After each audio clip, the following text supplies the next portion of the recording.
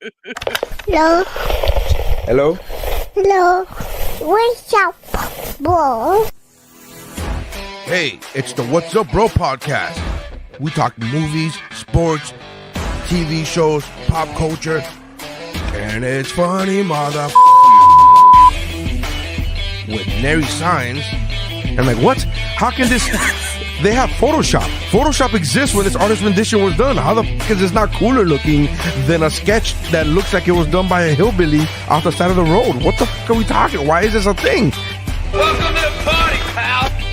Steph, Onion Mayor Sr. Yeah, I don't have to look for you. Oh, no. So you're telling me there's a chance? Yeah! And Mike Mercadal. I'm just glad I like vanilla, boring sex like this. I'm glad that the sex I enjoy won't get me killed. That's how winning is done. Hey, I'm Dave Chappelle, and this is What's Up, Bro.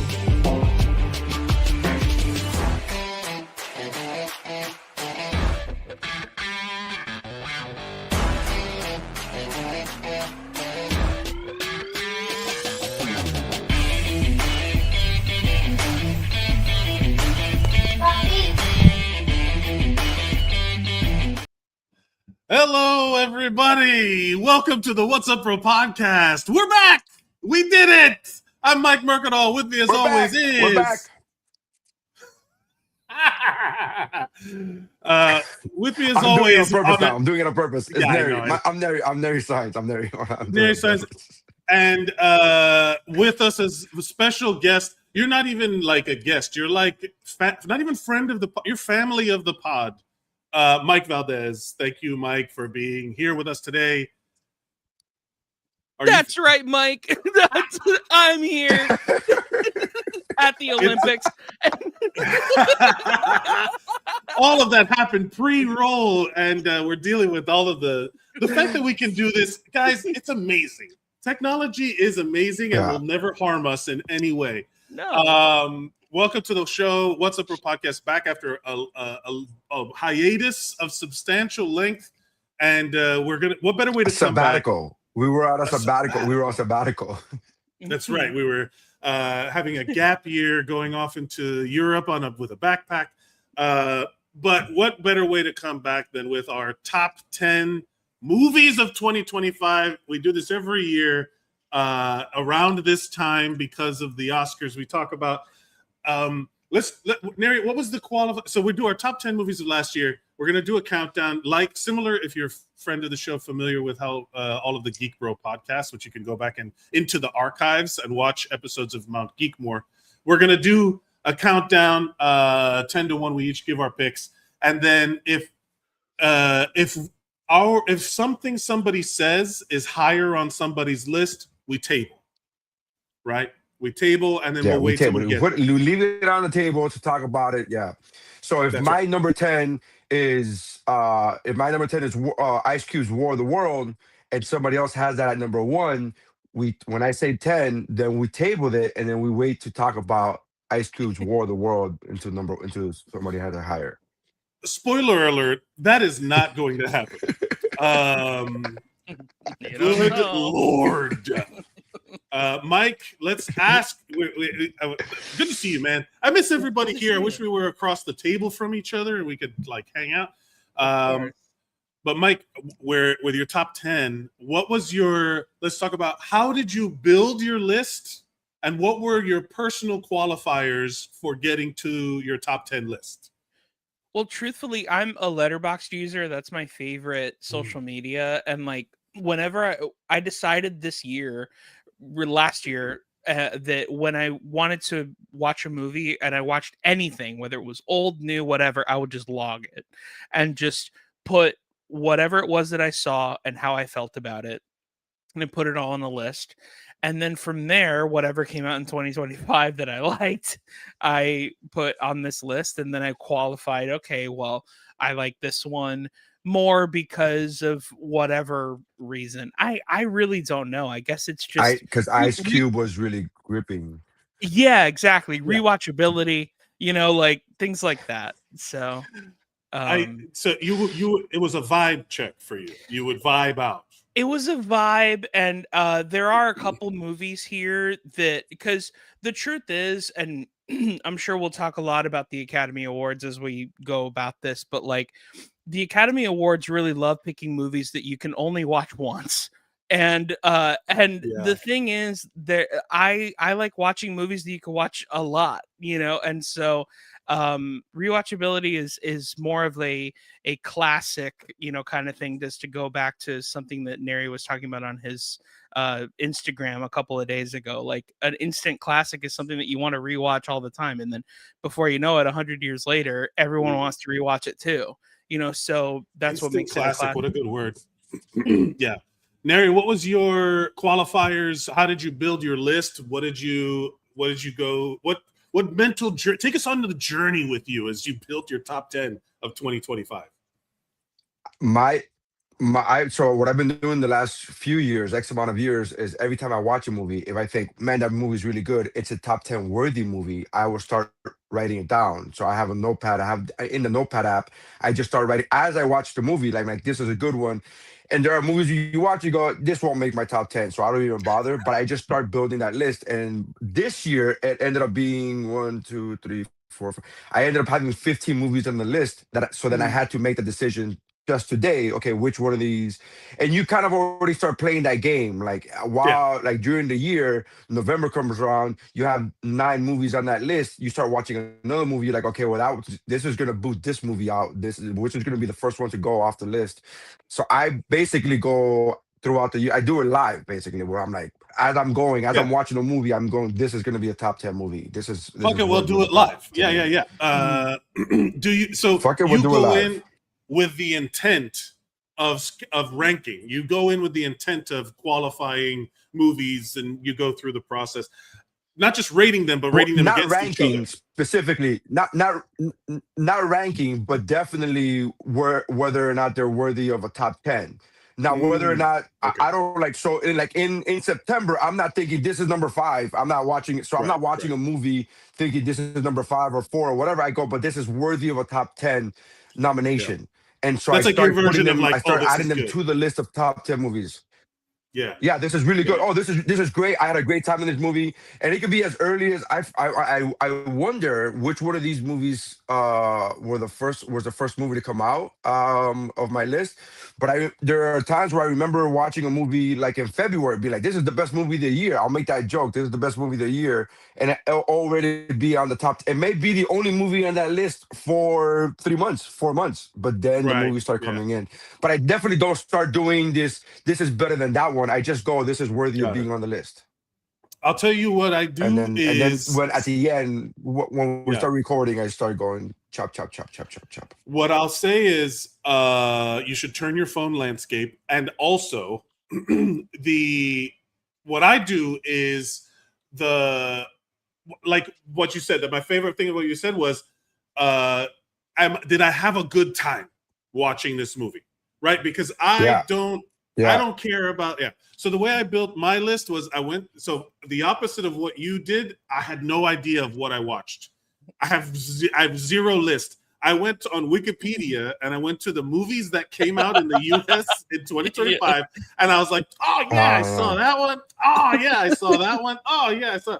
But what it does is it kind of, I feel the arbiter of a good movie, memorability.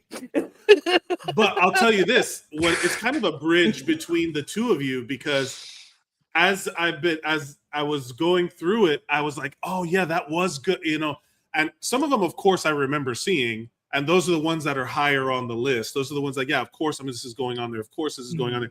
But to refresh, because I will say this, there are a lot of movies, my ranking will never include I think it goes without saying, even though the Oscars haven't been doing this forever, you have to watch the movies for you to be able to vote on whether or not they go on your right. Like, how the hell this is our personal top 10s, our disclaimers. So of course it had to be a movie I've seen, and it had to be something that I remember, and it had to be whether it's good or bad. Years ago, Neri and I had that experience where we were like, oh, this was fine. Like, this is good. Like people review stuff, like it was all hype. We're like, we should just, I don't know what's good or bad. I just know what I like and I don't like. You know what I mean? I know what I had a good time watching. So I went through the list, and there's going to be honorable mentions, but I will say there's a lot of movies I watched this year that I DNF'd because you're watching a lot more movies at home. That's the testament of a movie that if it's bad, you don't have to finish watching it. Like back in the day when you watch in a theater, you would have to walk out of a movie. Now you could just stop it. So there's a bunch of movies that I saw last year that I am now dubbing what I call wife watch.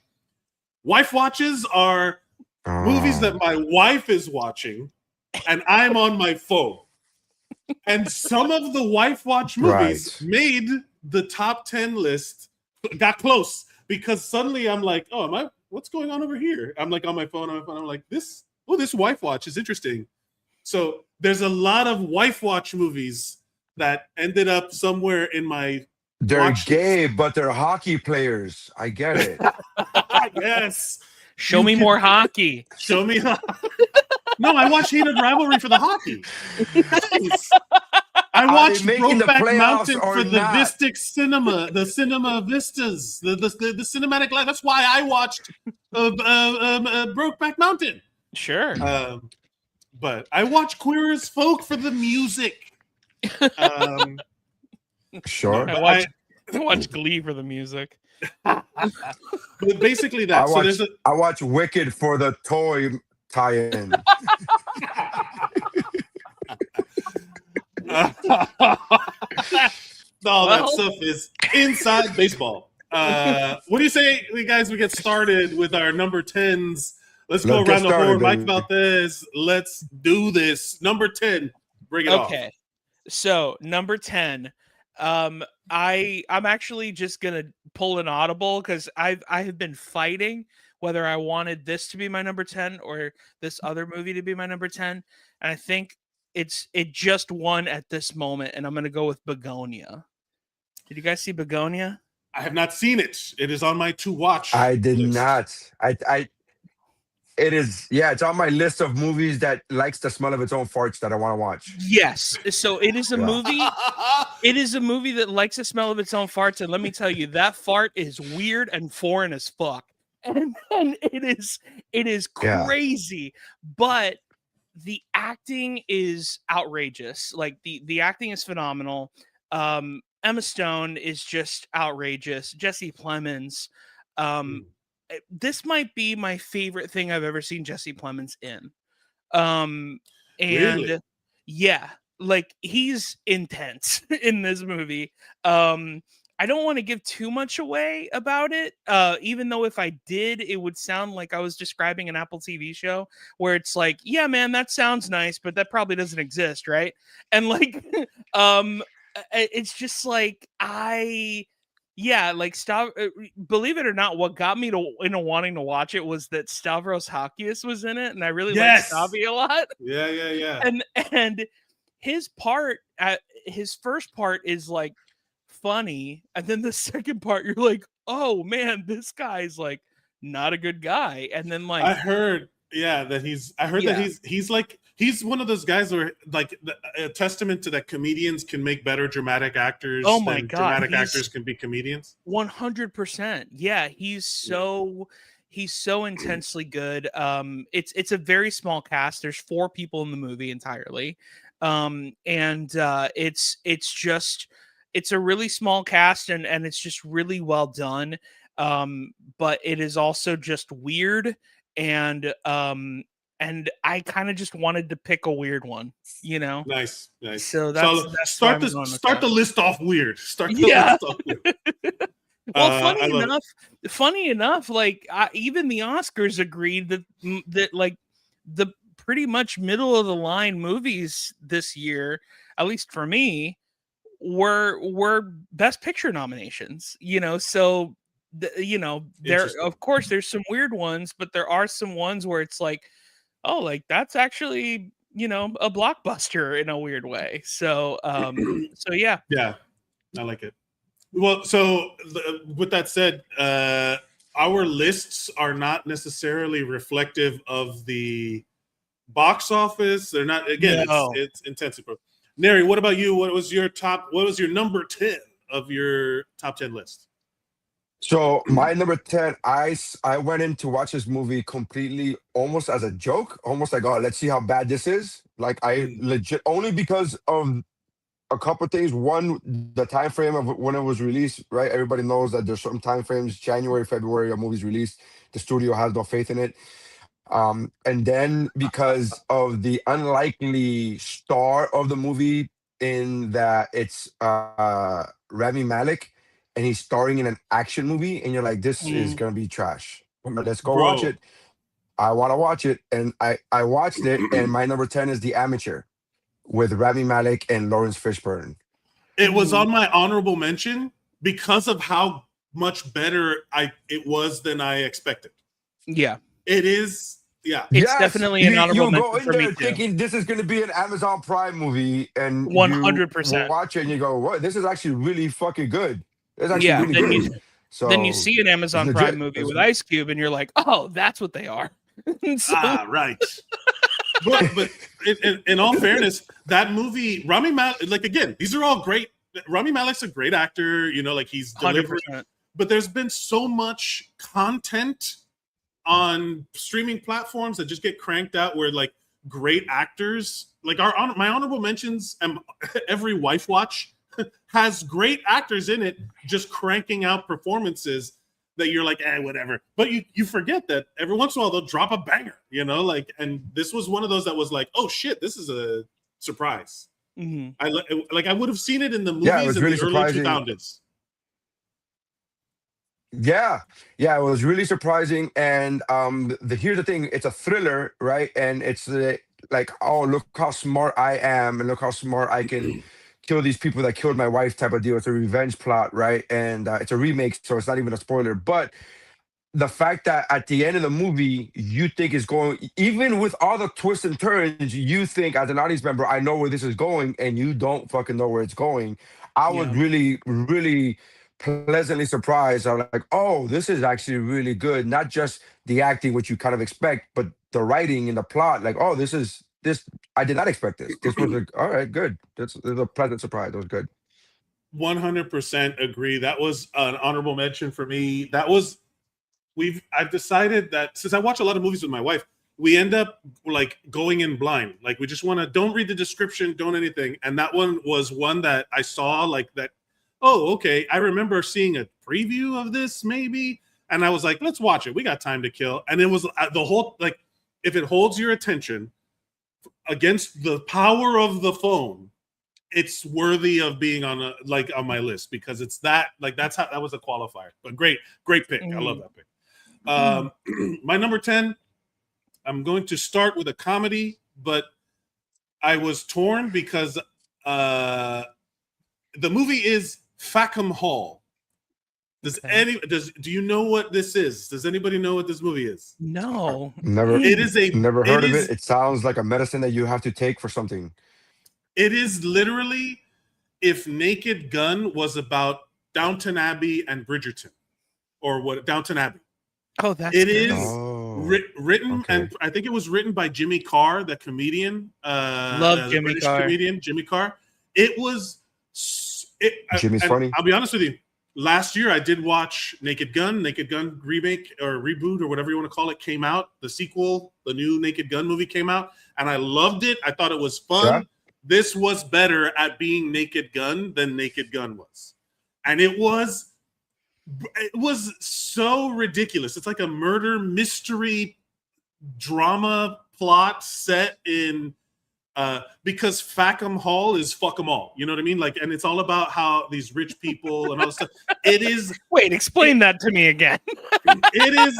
I know. Yeah, it is literally. It was better at being Naked Gun than Naked Gun. And that's awesome. I'm gonna be honest with you. There's not a lot of comedies coming out that are on the top 10. I felt the need to put a comedy on there, and Naked Gun got beat out by this. That was like a better Naked Gun to me. It was so funny, and my wife loves those Downton Abbey shows, so we had to watch. So it's like it was so good, so well done. It was tone perfect. Visually, if you didn't know it was a comedy, if you weren't like listening to the thing, it looked perfect. It was so good. And going in blind, it was like I was laughing my ass off. It was so good. I loved it. So yeah, Fackham Hall. I think it's on Amazon Prime still, but it was bonkers, like fun watch. Really, really good. Yeah. I'll just go right into my next pick because my next pick was The Naked Gun. And the reason why I picked it was because it was the only good comedy I saw this year. And like had I seen Fackham Hall, like I probably would have liked that more. I didn't know it existed,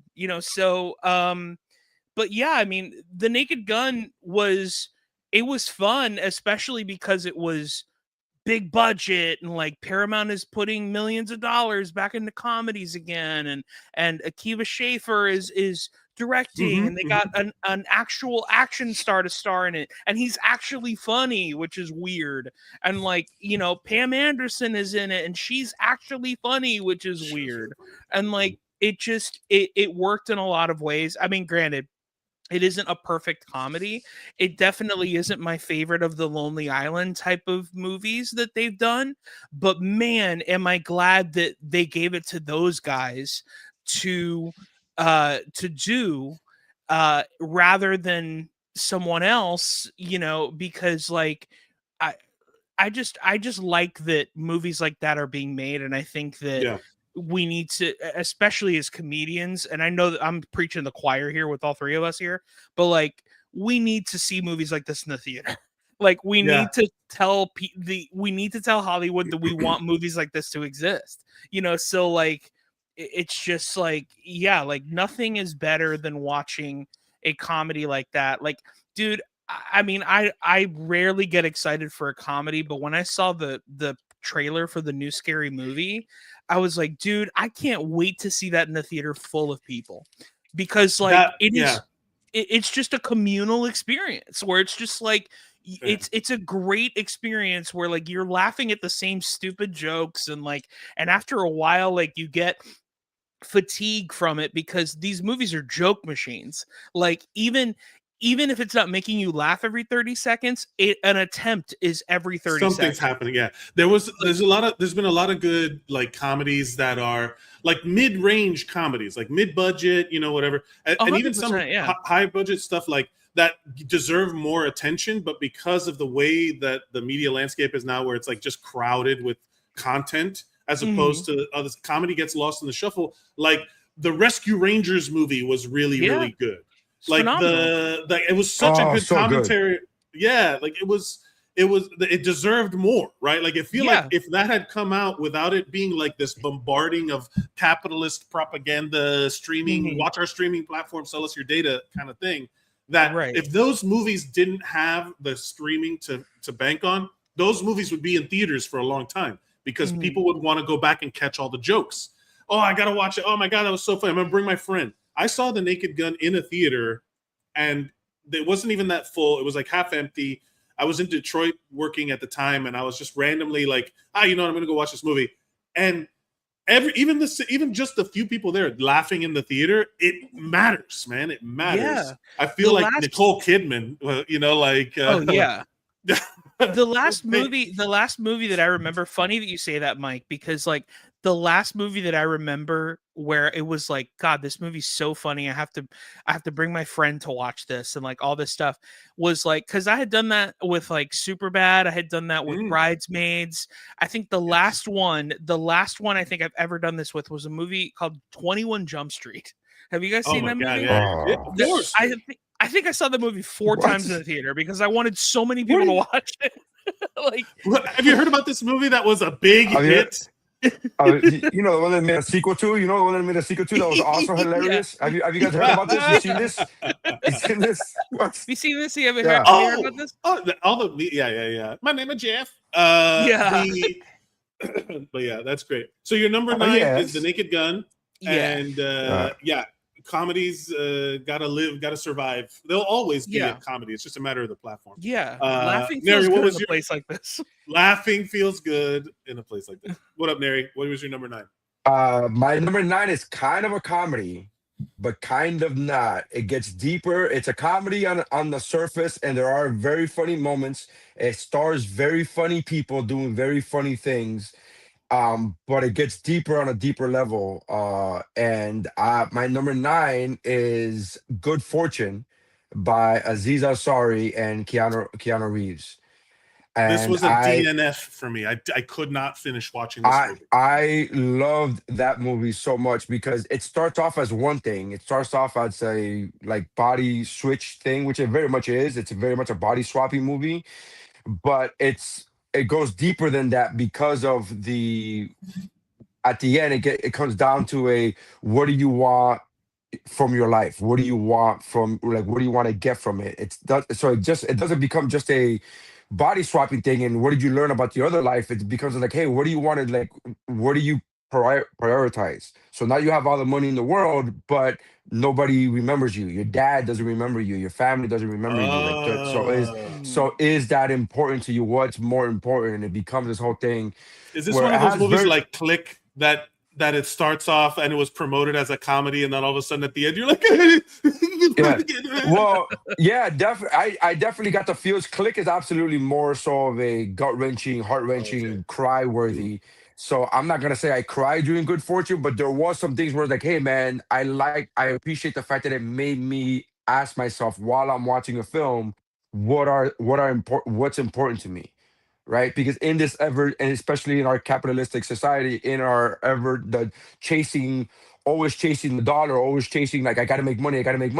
Like it is nice to watch a movie to make you think like, what do you want the money for? Is what are the priorities in your life, man? What are you looking to get out of life? And I think that's fucking. And again, it wasn't just for one person. It wasn't just like the poor guy asking himself that question or the rich guy asking himself that question. There was an actual fucking angel asking himself that question, which I thought was very impressive. The writing was I was clapping for Aziz Ansari who wrote the movie and directed it, and I thought this was fucking well done, man. So I like Good Fortune. That's a good way to put it. Yeah, I saw a video where someone was like, "If I gave you $10 million right now, would you take it?"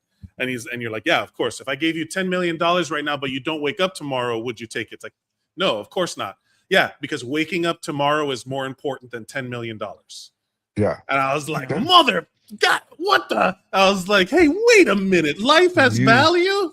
Yeah. What are you talking about? Yeah. That's kind of what Good Fortune did to me. Like, again, it started off as one movie, kind of morphed into this other thing. Like, and it wasn't the way it was done. It wasn't done with some crazy tonal change. It was just gradual throughout the movie where it became something else than just some. So I'll give it another shot. It's good enough to make your list. My number 9 was Rental Family. Did anybody watch Rental Friend? The Brendan Fraser. I bought it, and 3 days later, it became available for free to watch on some of the digital platform. Look, you son of a bitch! And then out of spite, you're like, no, It was great. I mean, look, I'm a sucker for Brendan Fraser, and I'm a sucker for something that kind of like breaks apart a culture different than mine. So seeing the Japanese culture about the concept of like performative emotional connections, like it's all about an American actor who goes to Japan, and he's working as an actor in Japan, and then he gets hired to play the role for people to basically pretend to play different roles in their social lives. He's like an Uber actor. It's like an Uber actor. It's like I need somebody. There is a real thing in Japan where like young people will be will go and pretend to not pretend, they visit the elderly, and then they allow themselves to be, like their family and all that stuff. So it was based on, I guess it's based loosely on a real thing, but it was great. The performances from the Japanese cast, there's this older gentleman that is so good that it's like I love seeing.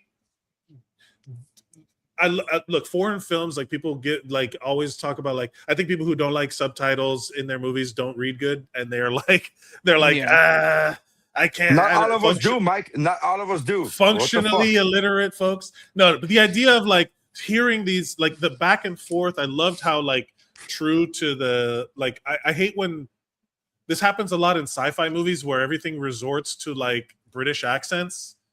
I would rather hear you just use your language. Like, you know what I mean? Like, and so here, seeing these people emote in Japanese and emote and stuff, contrasted by Brendan Fraser, who's a great actor, playing an actor who is not so great, but then emotionally connects. It was really, really good, really touching. One that I knew the concept. I saw the trailer and went in blind, and I was like, let's just watch this. And I was like, rapt attention the whole time because of how it develops. It was great. It was really, really nice story, really good, really fun.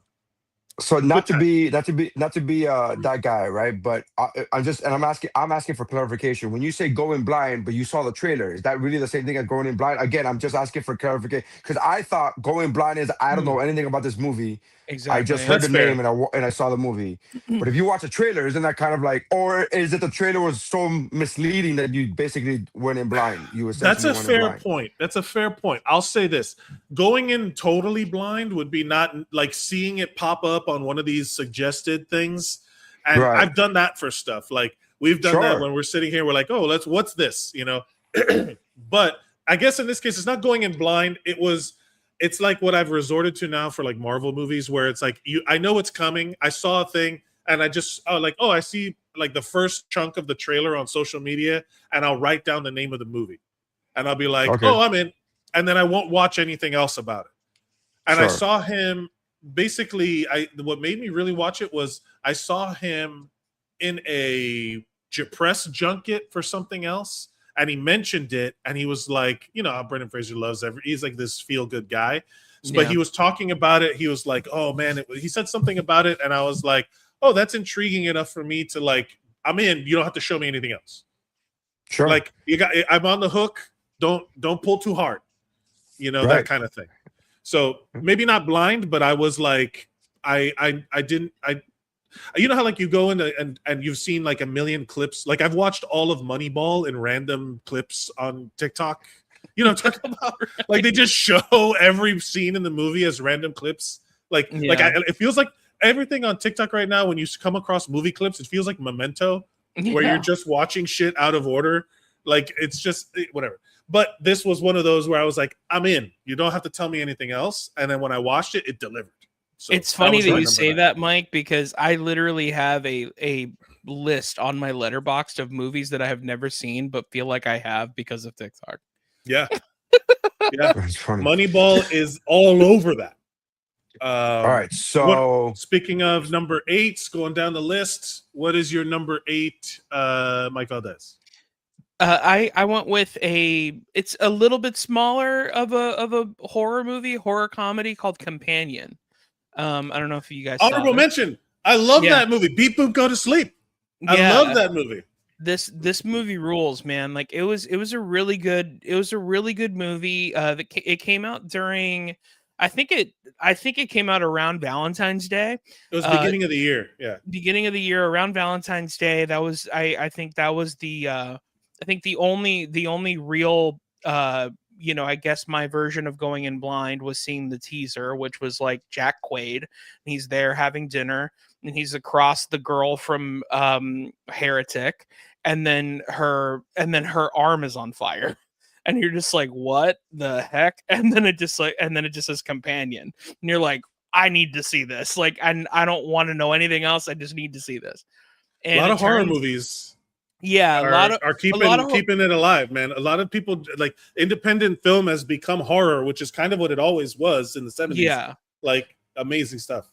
I have a couple more on my list that are just like I saw the teaser that is barely anything, and I was just like, I don't want to know anything. I just needed to know Jack Quaid, the girl from Heretic, and everything else is I will figure it out. And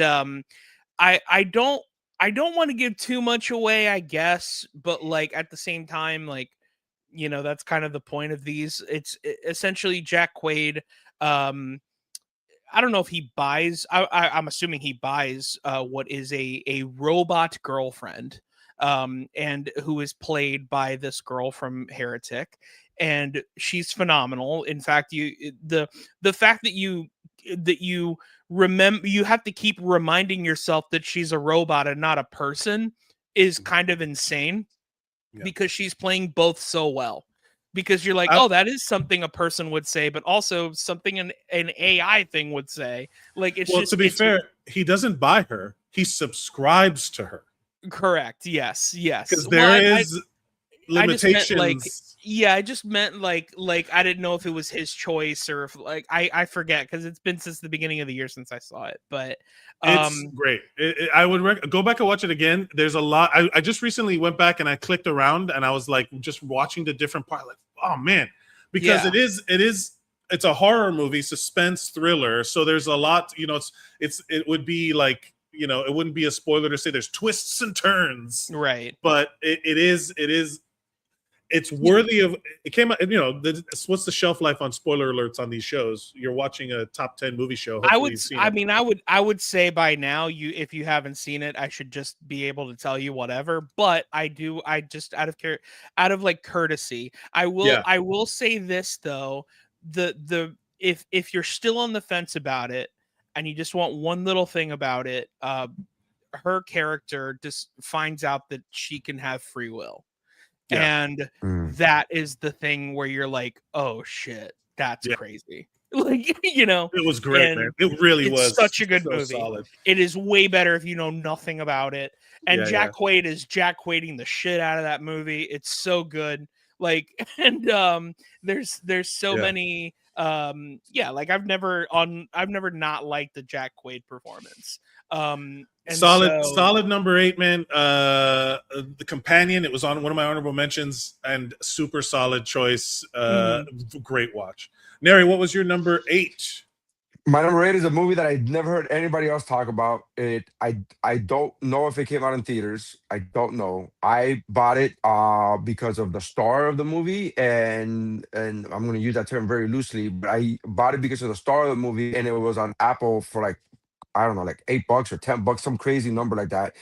It wasn't like a 1999 movie, and so I went and bought it, and it's Code 3.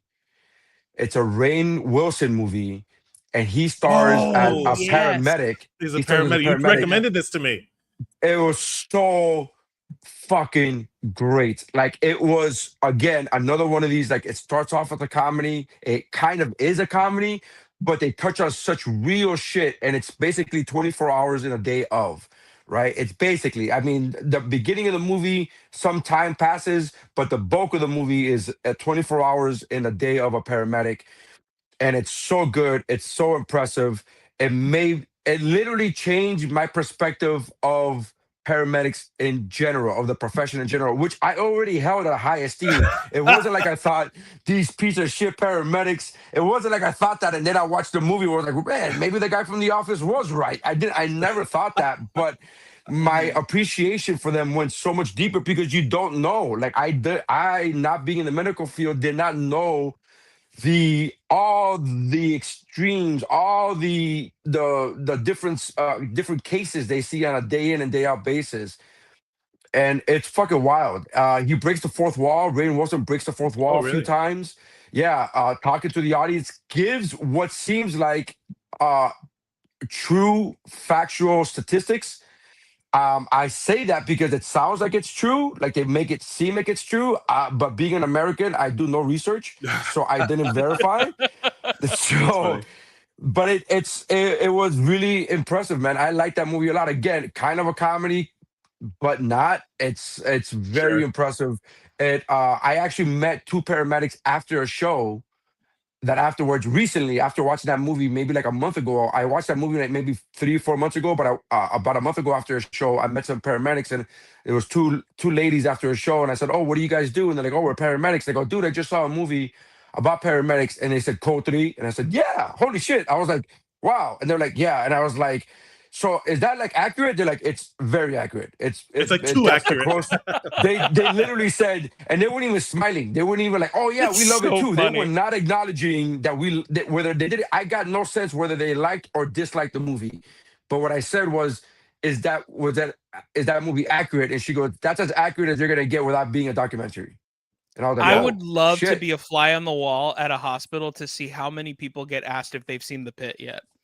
Like it's just yeah, it would happen a lot. Yeah. Trust me, Yeah. trust me, it happens a Is lot. it accurate? Yeah, it's so accurate. I'd rather be at work. That's how accurate it is. I love that. That's like my secret side quest gig right now is to get on the pit. Like I'm That would be like, put me in, perfect, coach. actually. Put me in. Apparently, It I've never immediately- watched. I have You're yet. killing I have that. yet to watch an episode of The Pit. But my friend Missy watches that show religiously. She's been bragging about it since it came out, and she texted me yesterday or the day before. She goes, "Well, I just saw a hairy asshole on The Pit," and I thought she was talking about a person, and meaning like a hairy guy. But she means no. She literally saw a hairy asshole, and I was like, "Oh, I don't." And then, so I just, now that Mike is like, that's my side quest is to get on the pit. I'm like, can you imagine the audition for that? The Can you hairy imagine asshole? like we need to see your hairy asshole. We need to see a your lot of hairy those asshole. I will say this. A lot of those prosthetics are amazing. They're super accurate. Oh, yeah. Like a lot of the blooding. I'm just speaking from personal experience. Like it's pretty close. And a lot of the basically the pit. I watched the pit like people like high school football players watch the NFL. Like, oh, they're going to run a screen right now. And they're like, Yeah. nailed it. You know, I'm watching the pit. Like, I'm like, oh, that's that's torsion on the ultrasound. That's torsion. And then they're like, yeah, it's intermittent torsion. I'm like, oh, yes, bro, I still got it. I still got it. Coach, it's Put me in, psychological. coach. Clip By the that. way, going back to something that going back to code 3, I did want to say, and I know I'm preaching the choir here again, but just to any listeners, any viewers of this podcast that just have seen Rainn Wilson on The Office, I need you to realize this guy is such a better actor than you realize. This guy is so really good as an actor. Yeah. Like He's so just that's what Super is great.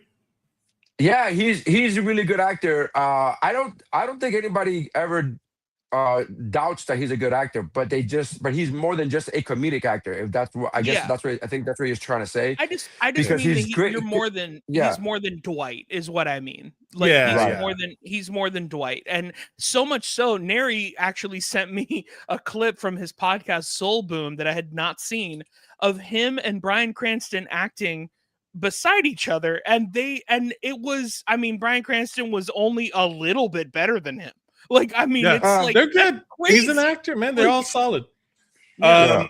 That's a great pick. That super solid number 8, right? We're at Code 8. 3. Yeah, we're at Code 8. 3, super solid number 8. Is somebody writing these down? We got I'm right. I wrote mine down. I haven't written down everybody else's. I have mine written down as well. I have mine written down as well. I also will say we're 45 minutes in roughly, and we're at number 8. So here's what the structure I'm going to offer up. We each get a minute to rant about our movie, how much we love it, and then we go into talk so we don't drag it out. Sure. Yeah. So we could, because you know what, we could talk about. Look, the three of us, we're talkers, and there's absolutely no doubt that we can make this thing last 5 hours. My number 8, and I feel like I put it on here because it was better than expected. I had low expectations, and I ended up really enjoying it. I'm going to say Thunderbolts. Marvel's Thunderbolts asterisk. Honorable mention. Mention. Yeah. Everybody, you know, I'm a big Marvel MCU fan. Go listen to Mike Contextualizes the Universe. I had a whole podcast about it. The whole MCU has been like kind of, because of the money grab that streaming was and all of the rushing of content and everything, has really kind of diminished in quality, in my opinion. Like, I'm not having as much fun in these things. Fantastic Four, not on the list, not even honorable mention. Brave New Captain America, Brave New World, not even honorable mention, not on the list. That should be an honorable dismention. A dishonorable mention. It's been a rough couple of years for the Marvel camp, but Thunderbolts felt very real, and I try not to hornify my respect for people, because that's what the internet is now. The second you have a slight bit of admiration for somebody, everybody wants to fuck them, and I'm just like, Florence Pugh is amazing. Florence Pugh is so charismatic. What a performer. I saw a movie, it didn't come out last year, but where she plays a chef who's with I forget the name of the movie. She did that movie with Morgan Freeman where she's an alcoholic. She is an elite level talent. Oppenheimer. Florence Man. Pugh. She's an Oppenheimer. Yeah, she's great. She's not the star, but she is a leading woman. She has she's such a good performer, and in this movie, as Yelena might be my favorite character of like the post Endgame Marvel. That character, I don't even think that's close. I don't even think that's close. Yelena's she's great. so Man. good. She's one of my favorite. It's so good, and to the point where this movie, where it really breaks down like the reality of her life and the this kind of like all these like ancillary characters, like the anti-Avengers, the un-Avengers being brought together. Everybody's like talking about the corporate corrupt political system, all of the money stuff. Like everything that it touched on, I really enjoyed. I don't know if I enjoyed it so much because my bar of expectation was on the floor, that it genuinely was like, this was wow, good job, like wow, I really enjoyed it so much so that it's my number 8. Nice. All right. Yeah. All right. Number 7. Number 7, Mike Valdez. My number 7. I wanted to go with an animated movie, and I wanted to go with something that blew my socks off. I didn't think it was going to be great at all, and then I watched it, and boy oh boy did I eat my words. K-pop Demon Hunters. That movie is so good. It's better than it needs to be. It's better than 60 it seconds. needs. Sorry. No, it's better than it needs to be. Super fun. The music is outstanding. I have no doubt that it's probably going to win an Oscar this year. And that's it. That's all I have to say. I haven't seen it yet, which is surprising because I have 3 young children. But I have not seen it yet, but I want to see it. They're gonna love it. Looks good.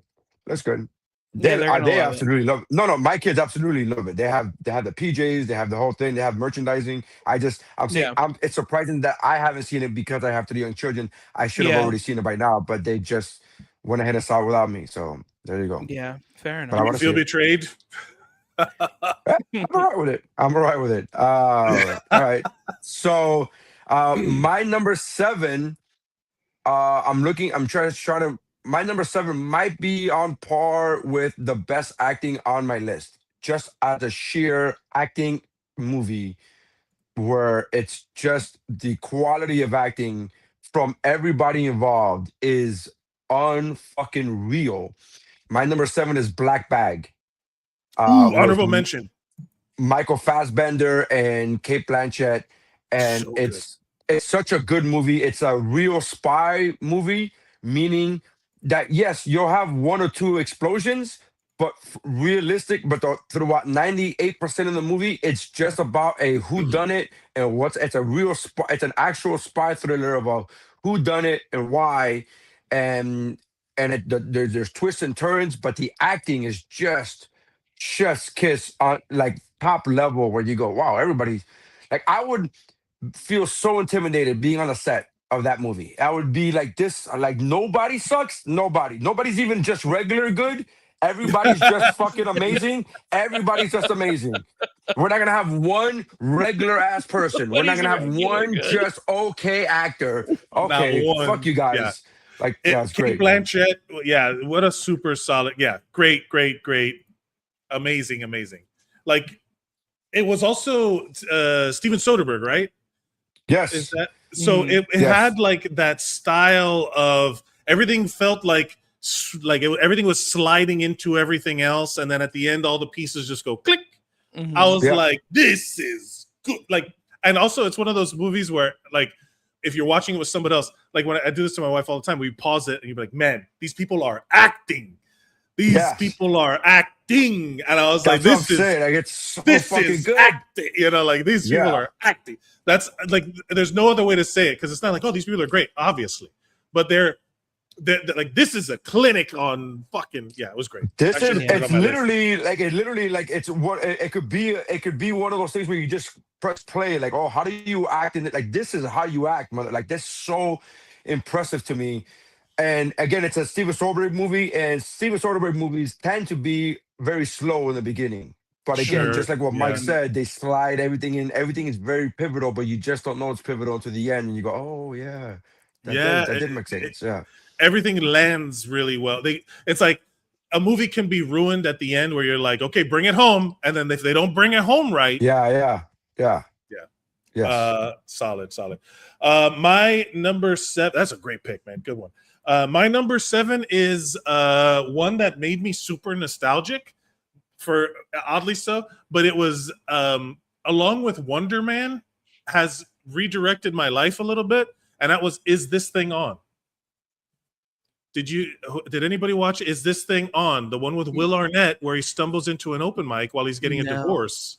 I didn't. And it's No. all about, hey, I felt feelings about my old life in New York. Like I remember, so I saw, honestly, what made me interested is I saw a lot of familiar faces. I saw a lot of people in that movie that I had been at open mics with. I saw a lot of it felt very genuine. It felt pretty like, I was like, yeah, there's no open mic at the Comedy Cellar that you can just go down or whatever. But it was a movie about stand-up comedy. It was a movie about relationships, this guy's marriage, based on a semi-true story about a British guy who was going through divorce. He just wanted to get drunk, and they had an open mic, and he just got up. And that was the start of his career. So I was watching Is This Thing On? And I was just like, oh, man, it made me, I immediately thought of jokes that I was writing. Like, it changed my brain a little bit while I was watching it. It's like when someone in a movie is petrified and the rocks start breaking off as they're like, oh yeah, that's right, like a psoriasis medication commercial. It was. I felt like, oh fuck, I remember all of this. I remember all of it, not the divorce part, but it was just like a really good, solid movie of like I was engaged from front to back. It was awesome. That's good. There was a movie, not to take up too much time, but there was a movie about stand-up that reminded me of, that your description reminded me of, and it was a movie with Billy Crystal, but he wasn't a star, and the star of it was, Robert what's De his Niro? name? No, the movie, it was, what's his name? The young guy that does the voice of Huey or Dewey. Oh, Ben Schwartz. Yeah, Ben I know Schwartz. exactly what you're talking about. That's a great movie. So it's a great movie. It's about stand-up, and it's the whole thing. And then he meets Billy Crystal, not as Billy Crystal. He meets his dentist, and Billy Crystal becomes his dentist, and it's a whole thing. And it's a really good movie. But it centers around stand-up, and everything else falls into place. But it's hard. A lot of stand-up movies are kind of not about stand-up. So it's one of those where like if you act, like it was totally believable that Is This Thing On had the DNA of truth in it. So granted, the guy was already like, he had money, he wasn't a struggling comedian, but it was like, oh, there's something here that the story felt very real. The story to me personally is a bit upsetting because he's like, I don't need the money for it, A, and B, I'm going to do comedy. Then when my ex sees me, we're going to get back together. Get your hand out of my dick. That's not how it works. I think that's Laura actually Dern, what happened in real life, by the way. That's not, I haven't seen the movie. That's really what happened to this man. So the way they present it in the movie is that she also lost. She was an athlete, and as they got older, she sacrificed it for family. It's all about how people are on autopilot and they forget who they are, and that's why I was like, I'm listening. Yeah, I'm listening. What is like people? So it was like almost like what are your priorities in life, and what does it mean to make money over everything else? Like a movie called Good Fortune. Anyways, go ahead. Fair enough. Or like a movie like my number 6. Yes, Eternity. Let's go. Eternity, number 6. Nice. Table. I knew that it would be tabled. I knew that it would be tabled. Table. All right. Neri, what do you got for your number 6? Let me see if this works, because I have a little countdown clock. All right. I can't see it, but okay, sure. Yeah, it's there. Okay. So my number 6, I'm debating whether or not it's going to be my number 6 or my number 4, but I'll go with what I have written down, is Ballerina. From the John Wick movies, the John Wick Ballerina movies. I love all the John Wick movies. I think each John Wick movie gets better and better than the previous one. and I would say Ballerina is up there with the last one, with the last John Wick movie. It is so fucking good. It is everything that you want a John Wick universe movie to be without it being a John Wick movie. It does have John Wick in it for like a hot minute. A second, Uh, yeah. and it's really fucking good, and it's really impressive. The story, the actual story, it branches out to show now you don't just the table, and you don't just see John Wick, but you see there's other factions that go along, and there are factions that the table doesn't want to fuck with, and I thought that was really fucking cool. So yeah, Ballerina, man, my number 6 action movie. It is everything that you expect it to be and more as far as face value. It's an action movie, and it's a great action movie. So that's my number 6. I like the it was honorable it was not I'll say this.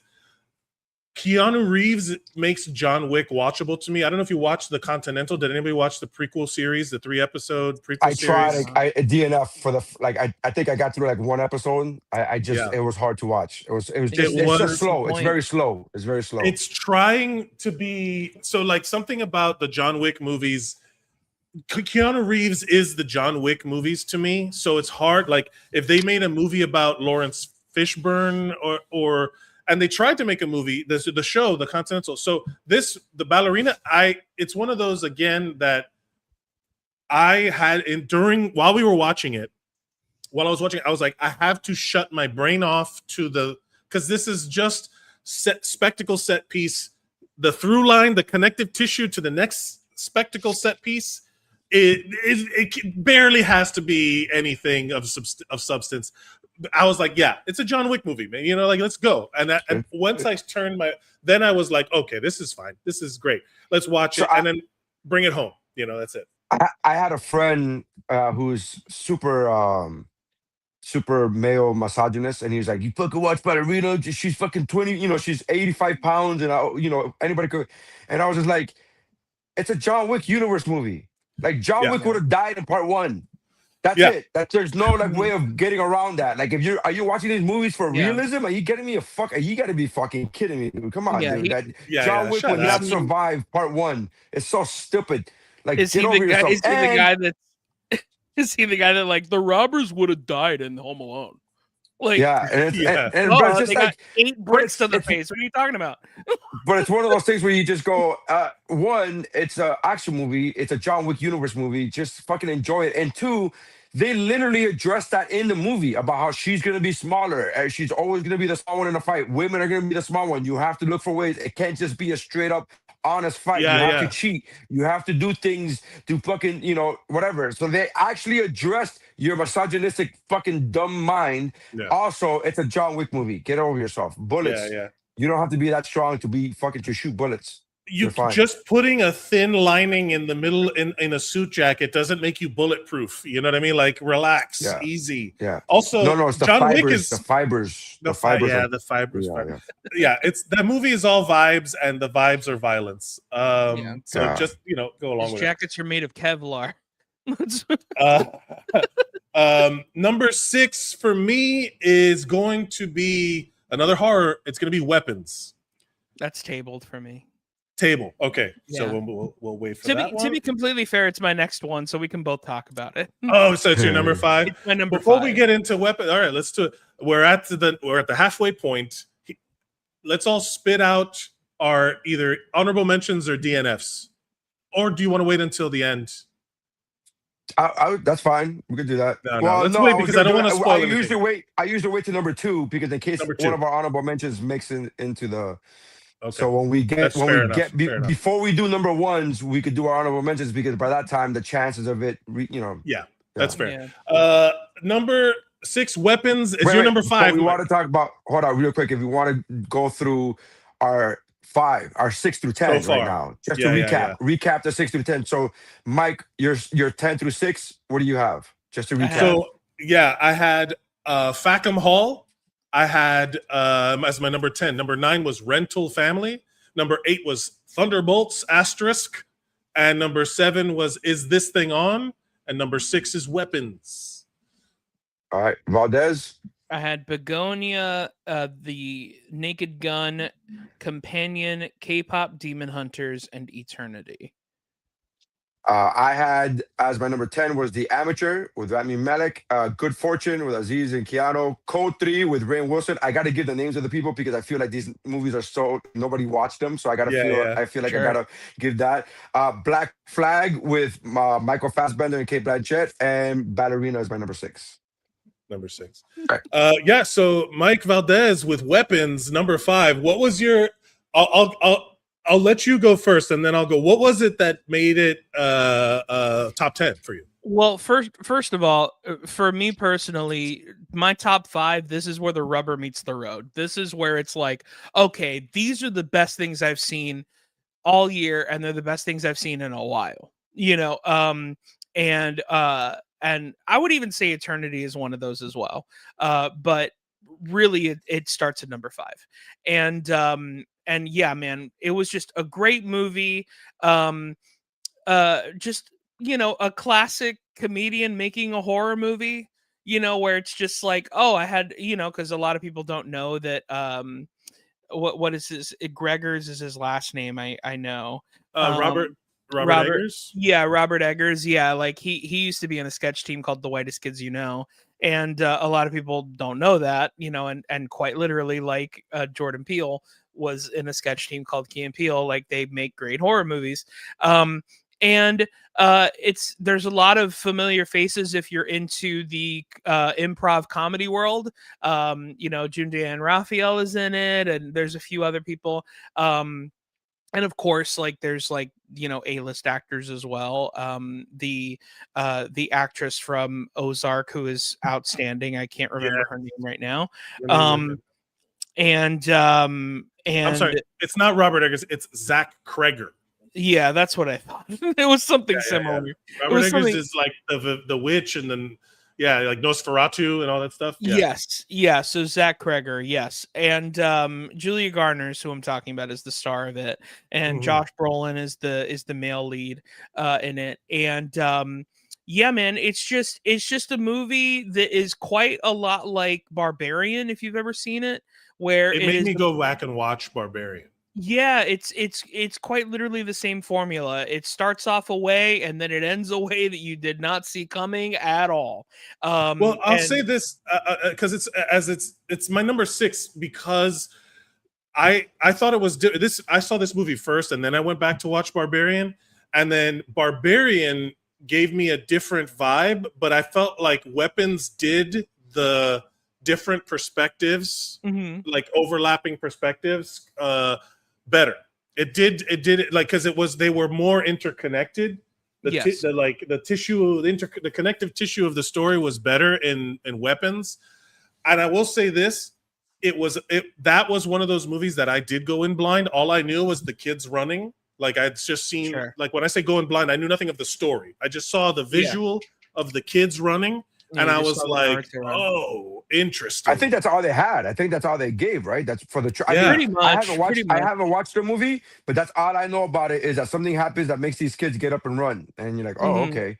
Sounds like a good diet plan, like a good fitness program for the kids. I'll say this: the lady who plays the villain, the main villain, incredible. Again, like, owning the screen in a kind of like disgusting, like, she's very unappealing. Like, all of these hyper exaggerated characteristics were like not cartoonish, but very unreal. It's hard to put a pin on what it was. It's very disturbing. The whole movie had this energy.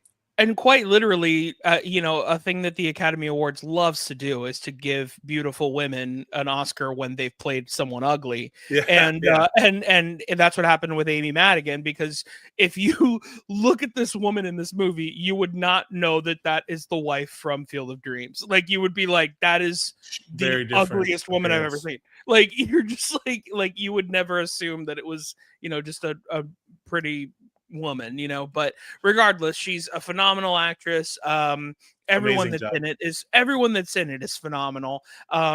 Genuinely one of the biggest. Even Josh Brolin.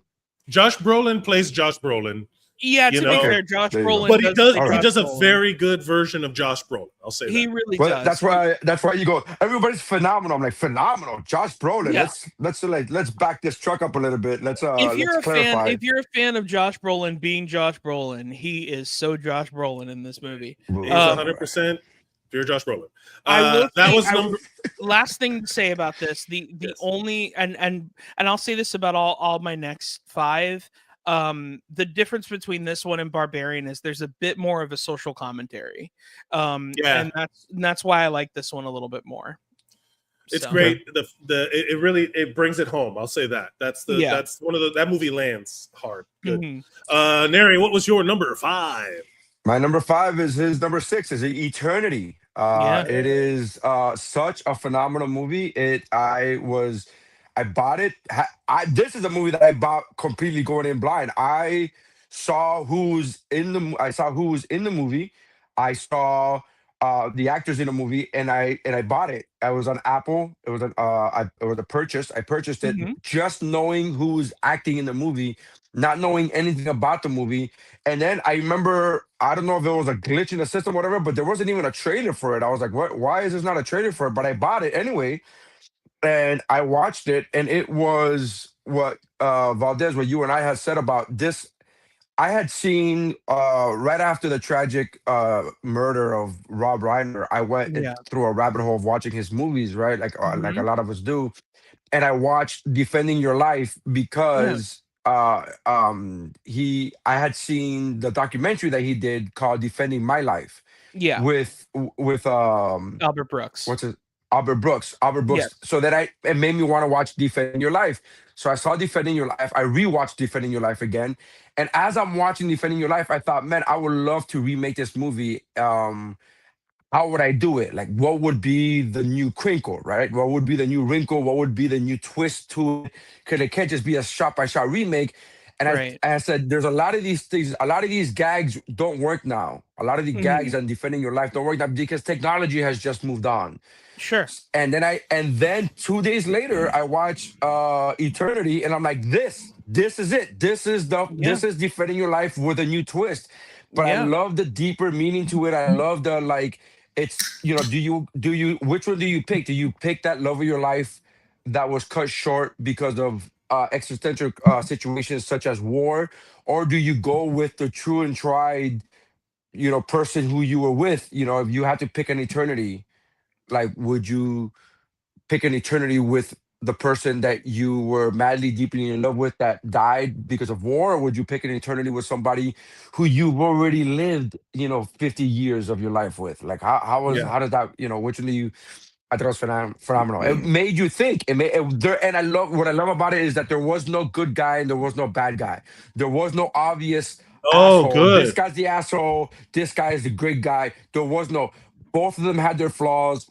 Both of them, and there's a great scene where he goes, "I'm not perfect," because everybody keeps calling this guy perfect, and he's tired of fucking hearing that, and the pressure that puts on him, and he's like, "I'm not perfect," and then you find out that he is indeed not perfect.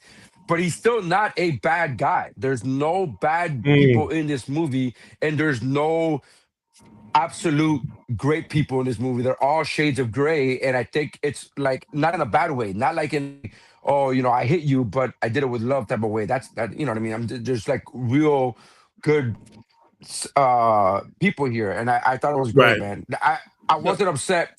When she made one choice, I wasn't upset, and then she went back to the other choice, and then she flip-flopped. Every time she kept flip-flopping, I was not upset. I was like, that makes sense. Your logic tracks. I understand where you're coming from.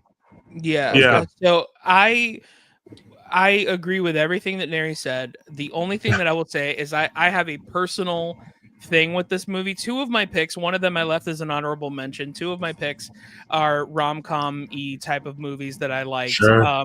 But they're very triggering because they are situations that I have been in real life.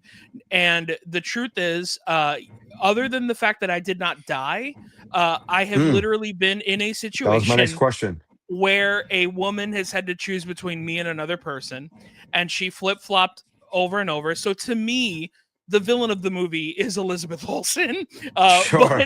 But that's because I have been in that situation.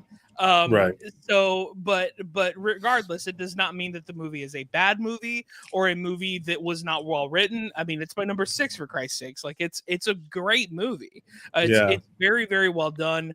The only thing I will touch on that Neri didn't touch on, I assume just because of time, is just Divine is so freaking funny in this The movie. best. The best. Like, She's the best, dude. She's the best. She is. I gotta be honest with you. I never took this movie to be as good as you guys are. Like, I have not seen it. I just thought it was like, I don't want to see this. But no, man. What you're saying now is making me want to watch it. The best comedies I saw this year were made by A24, and that's saying something. Wow, that's insane. pretty wild. That's pretty crazy. And but A24 making a religious comedy is pretty awesome. It's pretty. I mean, religious in the sense of like heaven and afterlife. like where you're gonna, afterlife. You know, it's not really religious, but you know what I mean. I'll say this. I'll give it a shot. That's honestly like that. I don't know how else to. Like, I'll give it a shot because it sounds like it completely different than what I thought what I thought it was going to be. I was so impressed. I was kind of bummed when I watched it because like I said, 2 days earlier, I was rewatching Defending Your Life, and I was like, I want to remake this movie, rewrite this movie, and I'm trying to think of like what I can change about it to make it different enough to make it worthy of a rewrite. And then 2 days later, I watch Eternity and go, yo, they did it. They got it. I would love that you even wrote on a note. I would love that you even wrote on a notepad. It should star Elizabeth Olsen and Miles Teller. Miles Teller? That's a great. So that's good. Solid. That was your number 5 and 6. And our number 5 and 6 was weapons. My number 5. Here, hold on. Now I have this clock. My number 5. We'll say go. Is F1 table. Okay, never mind. We'll go back to this. They'll take this away. Table. Mike Valdez With the 4th pick. Number 4. Round 4. I'm in no mood for your wives' crack. Let's get it on. All right. Bringing back the old school. Number 4s. My number 4 is another A24 comedy, Friendship. With this movie stars Tim Robinson and Paul Rudd. And this basically is a more like messed up I love you man, if you will. It's just very much a Tim Robinson. If you're a Tim Robinson fan of the idea of like just a guy that just takes things way too far, it is about a guy that just doesn't have any male friends, and then he has a neighbor who's just a cool neighbor because he's Paul Rudd, and he's like, I will do anything to be this guy's friend, and you tend to find out the things that he would do to be this guy's friend and to stay his friend, and then it's just. It's kind of it has a lot of different beats because it's quite like Eternity, where it's like it's not only funny, like it's also dramatic. There's also parts where it's like a little scary. There's also parts where it's just weird and you don't know what's happening, and you know, like that kind of thing. And I just really enjoyed this movie, man. I thought this was a really great comedy. You know, comedy is a very loose term, because like really the actual like straight comedy I saw this year was The Naked Gun. But I would say that, like, you know, for like, it's just a very punk rock comedy, you know, of the sense of like it has like an indie feel to it with like an A-list actor and like a comedian that's like a new face, if you will, even though he's been around forever, like that everyone's that's in the zeitgeist at least.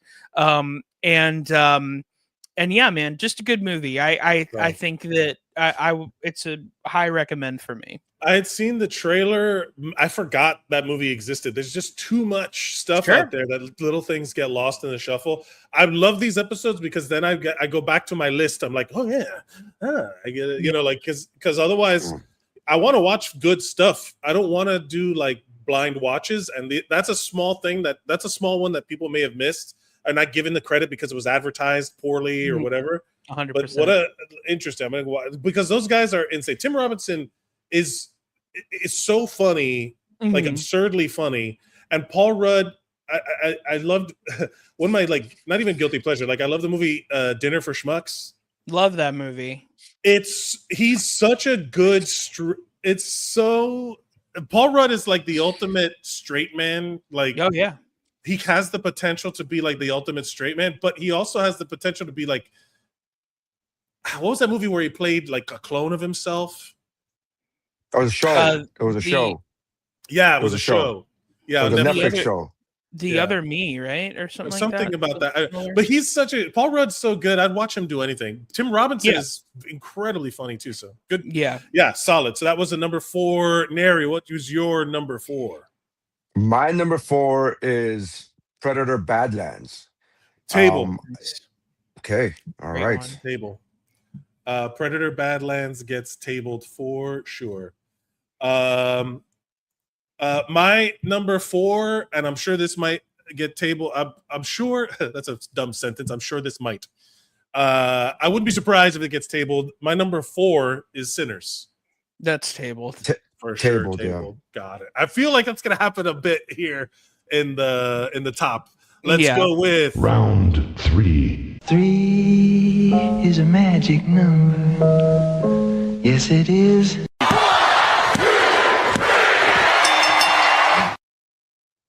I love these clips. Mike Valdez, what is your number 3? This is really where the rubber meets the road here, because these next 2 I was fighting. And to be completely fair, in a lot of ways, they're very different, but they're about the same thing. One Battle After Another is my number 3. It didn't make my list. I'm actually surprised that it didn't make anybody's list. So, One Battle After Another. I love this movie. I thought it was great. It stars Leonardo DiCaprio. I'm just saying that, because there's a lot of movies that people haven't heard of, and I just wanted to let people know. Sure. And in case if no one's heard of this Leonardo DiCaprio fella. Yeah. I was making fun of Neri. I get it. No, I know. So I don't want to give too much away, but it's a Paul Thomas Anderson movie. I don't know what to tell you. It's quite like what you guys were saying about Steven Soderbergh, where it starts off in kind of slow and like if you're not in from the beginning, like you're just not going to be in. But the acting is outrageous. I think you know what? I'll actually read what I put on Letterboxd because it'll just make a lot more sense than what I'm saying. I wrote, Paul Thomas Anderson just knows how to make a movie. The performances are phenomenal. I can easily say that Chase Infinity, who's the daughter of Leonardo DiCaprio, she was amazing, is going to be the next big thing. Anyway, Merry Christmas. That was how I and you'll get that joke if you've seen the movie. But yeah, so I won't put it didn't make my list. It's an honorable mention for sure, just because of the movement there was. Everybody was like, this is what seeing Leo be different than I like it was fine seeing him be like the whole revolutionary aspect of it felt very prescient. For the life of me, Sean Penn is Sean.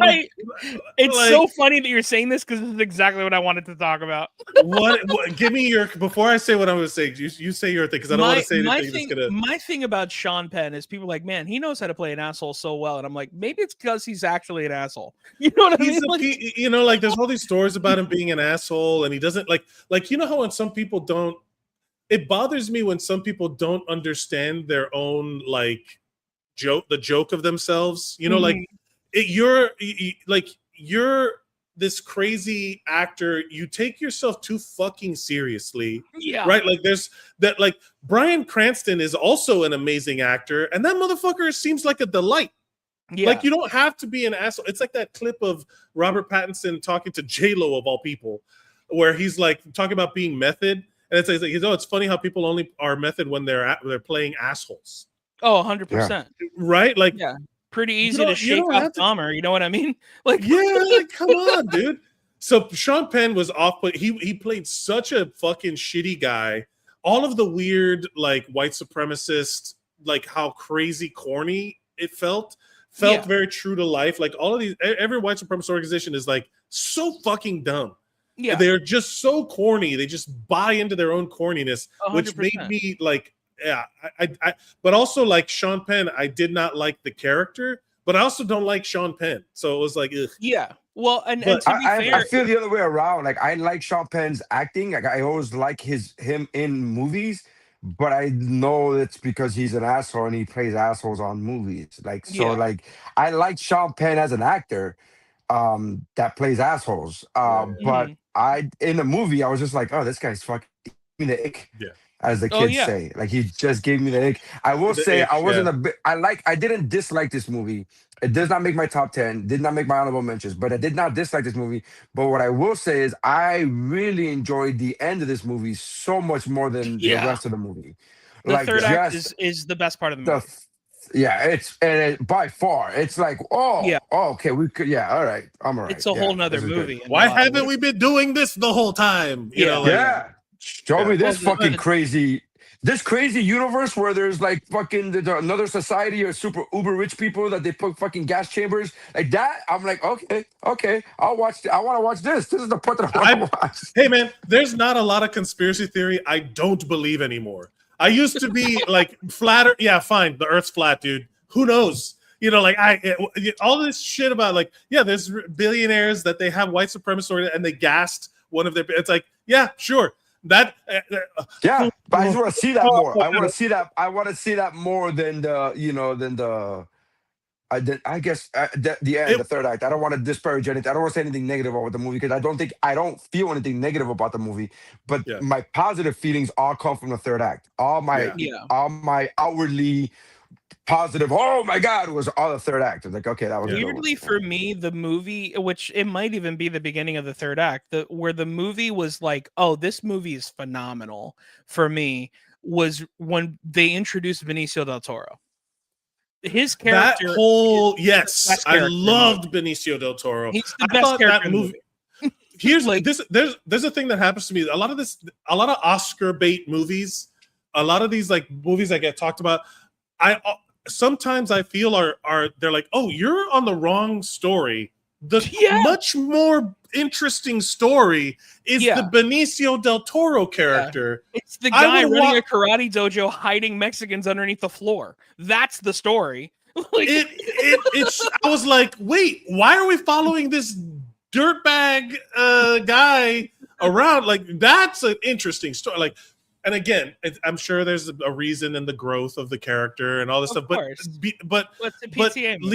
Leonardo DiCaprio's character doesn't really change at all throughout the whole movie. He's just like some drugged out junk box, and he's just like an irresponsible guy. He got sucked into this organization. He wasn't really like good. I love competent people. Yeah. You know what I mean? Like it just wasn't great. He did not leave. And he wasn't a rat. He wasn't a rat. He wasn't a rat. You know, I guess maybe there's probably going to be some film bros that are going to be like, you missed the whole fucking point. And I'm like, yeah, I guess I did. It shouldn't have been so missable then. You know, like that's how I watched that movie. So what do you? So that was your number 3? That was your number 3. Yeah. One battle after another. What you got, Nary? Sinners is my number 3. Yeah, Sinners. Ooh, still tabled. My number 3 is Frankenstein. Nice. Did anybody watch Guillermo del Toro? DNF. DNF for me. Here's where I'm gonna film, bro. No, I get it. It wasn't for everybody, bro. I was like, no, it's just so long. It's so long. I'm just gonna say what Mike Mitchell from the Doughboys says: make my monsters ugly and make my Santas fat again. Like, stop making my Santas hot. Stop making my vampires like good looking. Like stop making monsters. Well, good looking. Nosferatu was Like- the ultimate ugly vampire. But no, so for me, I loved because I don't know, like again, and my wife and I had this conversation when we were watching it together. She loves Guillermo del Toro the person. Right? Sure. She loves the Guillermo del Toro the person. All of the Guillermo del Toro art, the person she thinks he is. Right? how he presents himself in Yeah. yeah. Guillermo del Toro, I love the dude. I got a chance to watch him speak. I got a chance to and I've DNF stuff with it, but I'm a Guillermo del Toro fan. I like his work. I think So funny. This whole time you were saying Guillermo del Toro, and I swear to God, I thought you were still talking about Benicio del Toro, and I was like, "You've heard him speak. You've heard him. What the fuck are you talking about?" I was like, "What?" And then I was like, "Wait, was Benicio del Toro in Frankenstein?" Like I was so like in my fucking head. I was like, I saw a good hour of the movie. He wasn't in a fucking first hour of the movie, and I was like, "Oh shit." This movie. I will. So here's the thing: Guillermo del Toro loves setting up visuals and having people like break down, like Hellboy 2, the featurettes, the special features in the Hellboy 2. That guy goes into detail about one set in one scene that is like maybe a minute and a half long. Like the detail that guy puts into the visual aspect of everything means something. If you're not watching, like if you don't know any of that stuff, it tends to just wear a little thin. Like it's like, I get that it drags. It could possibly drag, but I'm watching it like because I like him. So it's high on my list because I like Guillermo del Toro's style. I like Guillermo del Toro's way of filmmaking. I like how practical everything was. I liked how everything has a visual purpose. Like it's one of those things where in John Wick, you have to kind of go in knowing you're gonna see spectacular, unrealistic fight scenes. When I go into what do watching. you mean? Yeah, it happens all the time. Bulletproof blazers or whatever.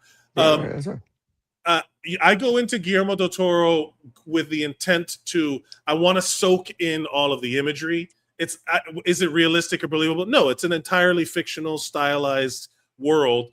But I loved all of the performances. I liked Oscar Isaac. Because again, it's based off the novel, not the Universal movie monster. Like the novel is from a feminine perspective. The novel's from a very like it's a capital R romantic movie, and it's like, yeah, Jacob Elordi doesn't look like the original Frankenstein, but they mentioned that they set up everything, and then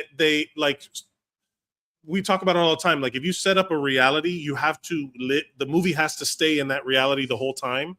It can't, you can't break your own rules once you set them. So there's a scene in Frankenstein where he's proposing before he makes the monster. He's proposing it to the scientific community of that era. Because if you know anything about Victorian science, it was monstrous. It was horrific. And the scene where he reanimates parts of a body. Yeah, that was great.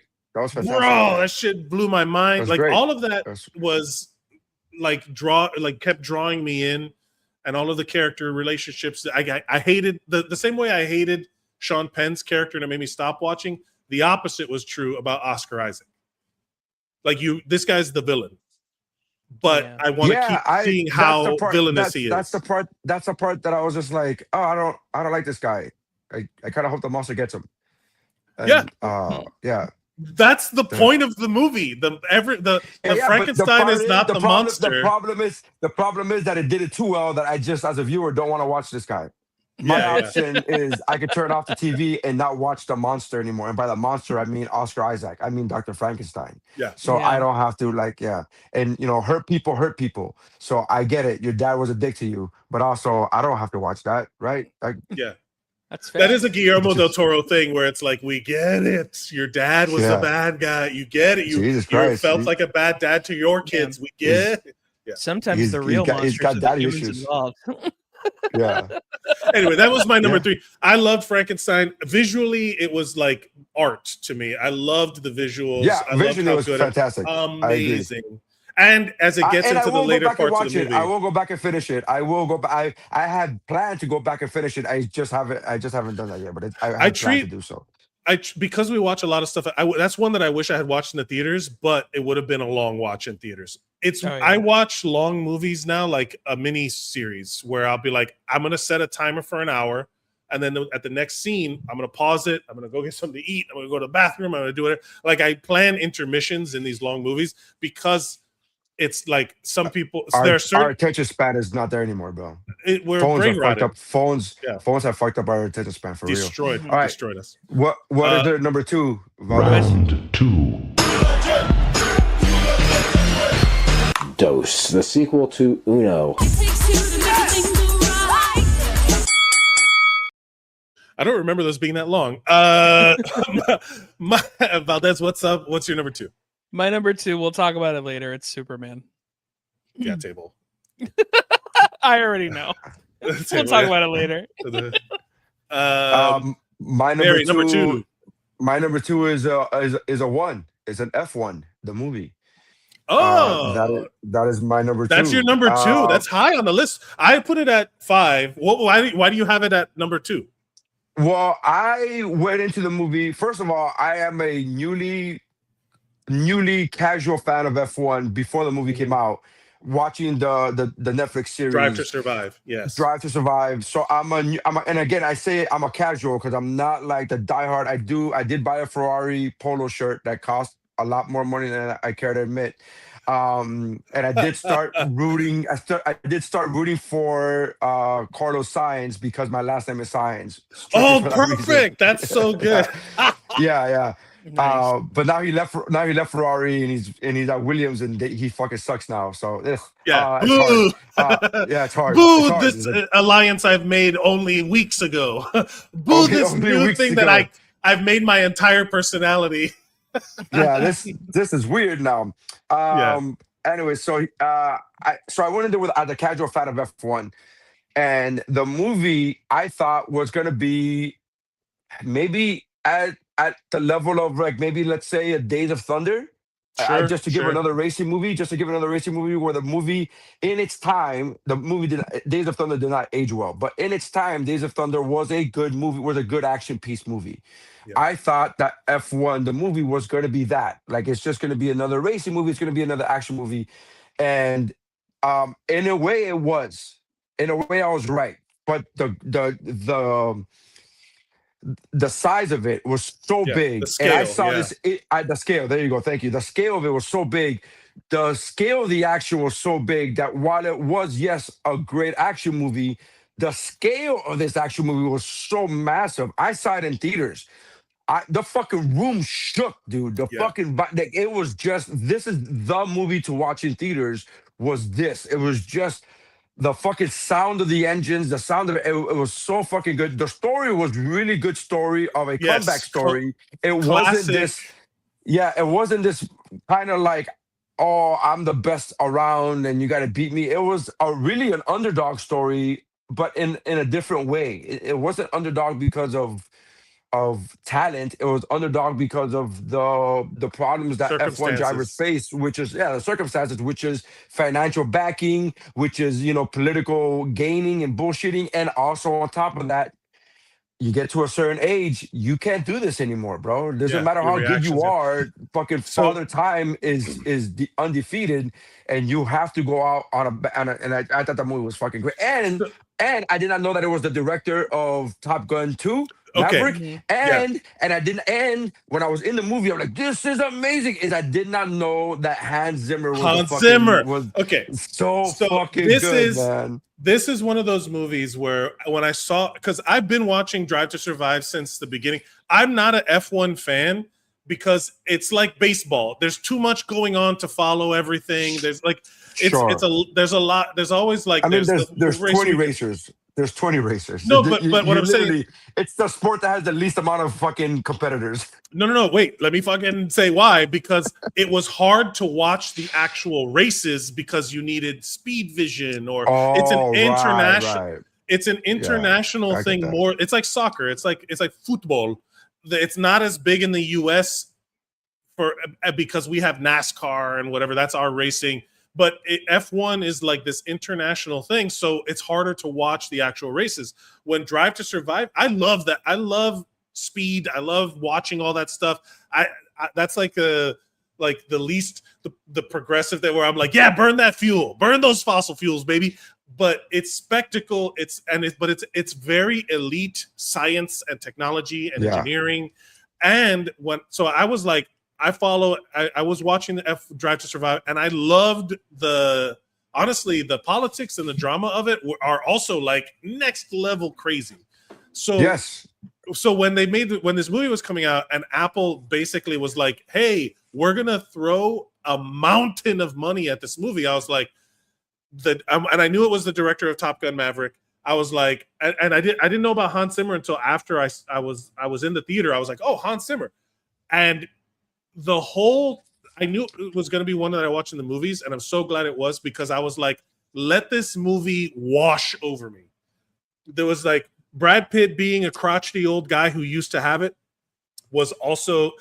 I'll go back and say my favorite F1 movies are Rush with Chris Hemsworth and Rush, and where it's all about Niki Lauda and I love that. And it's not that great, but I love it. Is Driven, which is the Sylvester Stallone. Oh, it's such a bad movie. I love it. It's terrible, and I love it. Terrible. It's the best. Days of Thunder also doesn't hold up. It's kind of weird, but it was like it oozes charisma. It oozes an energy. And this movie was like Javier Bardem playing the like another guy that I typically don't like. I hate Javier Bardem. But it worked. He worked in this movie. It worked. It was great. Yeah. I loved this movie. It was one of those movies that I saw in the theater, and it made me want to go back to the theater to watch more movies because it was that good. I was like, it's my number 5 because as a story, it was just a movie, right? It wasn't trying to be anything more than a movie. It wasn't trying to be a film. You know what I mean? It was just trying to be a movie. It didn't have any social commentary. It didn't have, which again, I'm not against movies having social commentary. A lot of my movies have social commentary. I'm saying it knew what it was, and it was the best at it. It knew what it was. It's like, I am an action movie, but I am going to be the best action movie you're going to fucking watch. And it's like, I throw one punch, but I throw that punch hard as fuck. Like that's that fucking hard. Yeah, it's so good. Yeah. That's a great number 2. Super solid number 2. That was my number 5. My number 2 is Predator Badlands. Oh, yes. Did you see it, Valdez? Just saw it about I just saw it about a month ago. Oh, dude, it's so. When I tell you that this movie, again, not what I was expecting going in. I didn't see it when it came out. I saw it afterwards. I was seeing interviews with Elle Fanning and whatever, and then I saw I saw the press stuff that you see on social media, and I was like, I'm going to give this movie a shot, thinking like I'm better than. I'm going to give this movie a shot. At the end, I'm tearing up over a Predator movie. Bro, I got emotional at a Predator movie when I'm not just going to say it's like I have my own clan was like fucking bars, bro. Like, drop the mic, Mike. Drop the mic. Yeah, it was good. The mic. It was such a good finale.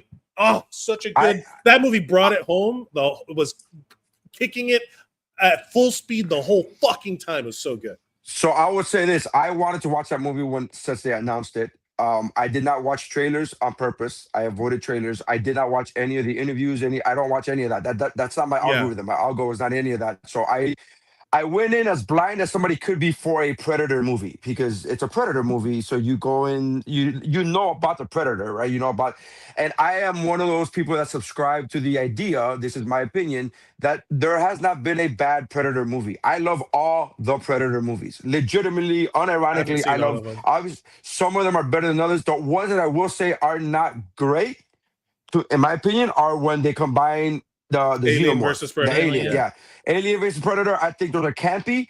Not to say that there's not a space for them, but legitimately solo Predator movies, there has not been a bad one. They're all been great in my opinion. The animated movie that came out last year was fantastic as well. Okay, that's technically that was on my honorable mentions because I was like I wanted to see Predator Badlands, but they were like some Watkins mentioned the Killer of Killers, and I was the Killer of Killers, and it's like. He's like, it's an anthology. It's like 3 separate stories, and it leads, and it's like connected to like the same director did Predator Badlands. So it's kind of like all in the same that as one of the best. That's on my honorable mentions. It almost made the list, but I was like, I wanted to put them together, but I had to put Badlands at like almost number one. The only reason I put Badlands and not is because I made a rule for myself where I'm like, I'm not gonna put multiple Predator movies, right? It's just not the same. It's a thing. It's just a thing. Like what a life we live that Predator. There are 2 Predator movies in the same year. But it was such a great movie. Again, Prey is probably my favorite Predator movie. Yes, great. After Prey probably goes the original. Then after that, if we're gonna rank them, I would go with Predators with the whole when they're on the planet, the island, or it was a planet full of predators and whatever. Anyways, Predator Badlands is fucking dope. It was awesome. I was the only thing I did not like going into it was the character design. I was like, I don't like, it's just ugly. Not ugly in a good way because they're all ugly, but like I just don't like the character design. But I quickly adjusted to it, and it was like, yeah. I forgot. At a certain point, that's how good. Yeah. That's when you know a movie's good, when you're just in. You don't see the seams anymore. You're not seeing behind the magic. That's how good this movie was for me. It would be number one, but number one is so much like it's important to me. It's number one. It's not number one, but deep cuts. Oh, I love it. Cuts, oh man, I miss you, dude. I miss doing this too. But Predator Badlands, also Elle Fanning did a great job playing 2 separate roles. So fucking good. She played such a great character and played such an evil bitch. It was amazing. Great. It's like, who would have thought that a woman could play 2 different roles while looking exactly the same, but act completely different than when you just saw them act? 5 minutes ago, you were so nice, and now you're very different. Who would have known? This is the part I get into where because the Oscars and all of the film bros and all the Hollywood bullshit will not give certain genre films respect because they're genre films, but it is so much more impressive to me to watch Elle Fanning and the guy with the mask, the construction of how many different filmmakers have to go into making this a character that blends into the world seamlessly, that I believe to be real. Is not only so do you much believe to more be real, but you actually end up caring about. So it's not I believe was him. Crying at a Predator. Yeah. That's more important to me than Emma Stone shaving her head. Yes. Right? Like, it's so much more important in terms of filmmaking for the collaborative effect to give you the idea that not only did I forget that this Predator guy, that when he turns and he's like, wolf. And I'm like, goosebump, like, yes, bro. You know, I'm rooting for this creature as the hero because the filmmaking as a whole is so good. But that movie will never get nominated for Best Director. That movie will never get nominated for Best Screenplay. The fact that Prey didn't get nominated for anything, I'm like, oh, I give up on you guys. You guys have. Was so good. Yeah, watch Prey. That's done. It's a Predator movie that's done in mostly a fucking different language, in a Native American language, and you still feel the fucking feelings, and you go, I don't know what they're saying, but man, that shit is deep. And like, oh, fuck you guys, man. You guys all of the growth, it sticks to the role. Like, it's so well constructed. That director in the world of, I would trust that guy. Actually, you know what? I don't want to say, because I don't want to say that it applies universally, but I wish everyone who goes into IP gave the respect to the IP that this creator does, that this filmmaker does, because it does not take away anything from the Predator, what we love. It only makes it better because now, you know, when you go back and you watch the first Predator, everything that has happened in all of these Predator movies feed into it. It's all connected. It exists in the same universe. It's perfect for IP filmmaking. This guy has now. I hope James Gunn does it. I hope everyone James Gunn hires does it. I hope everyone coming into the MCU now does it. I hope it's like, that's the blueprint. Show respect to what came before you and add to it by creating a world that can contain these separate stories. And it connects the whole Wayland Yutani, the alien. So good. It connects it to Blade Runner. It connects it to everything. Yeah, so connects it it to connects it to everything. good movies and bad movies. Shots fired. I'm not going to take that bait. That's Yeah. the Tom Speedrunner, Hardy fuck you. Fury You're whack. Road. That's bait. That's bait. All right. So let's do a recap real quick. So for the top 5 to 2, Mike, what did you have? What are your 5s through 2 before we get to the number 1s? I have Weapons, Friendship, One Battle After Another, and Superman. Fantastic. Mark, what do you got? Oh, I have F1, number 5, 4 Sinners, 3 Frankenstein, 2 Predator Badlands. What about you? My number 5 started at Eternity. Then I had Predator Badlands, Sinners at number 3, and F1 at number 2. You want to go through honorable mentions? Let's do some honorable mentions real quick, Mike. What have we not talked about that you don't think is going to be number 1 on our lists, but that you want to bring up? The thing that I want to bring up is my other rom-com that was triggering for me that I was going to be my number 10, which is Materialists. It's an A24 rom-com. DNF. That was a wife watch. Yeah, another one of those movies that I lived, unfortunately, where this girl was deciding whether she wanted to be with the rich guy or the guy that treats her well but just doesn't have money. And I bet you can't guess which one I am. Which one did she choose? Which one did she choose, Mike? Which one did she choose? Don't keep us in suspense. Let us know which one did you pick. It's quite literally the only movie that I've ever seen where I was the only person in the theater, but when it ended, I said "fuck you" to the screen and flipped it off. Yeah, because I was like, "That's not real life," because I've lived it. But anyway, that's enough of information about my actual life that you need to know about.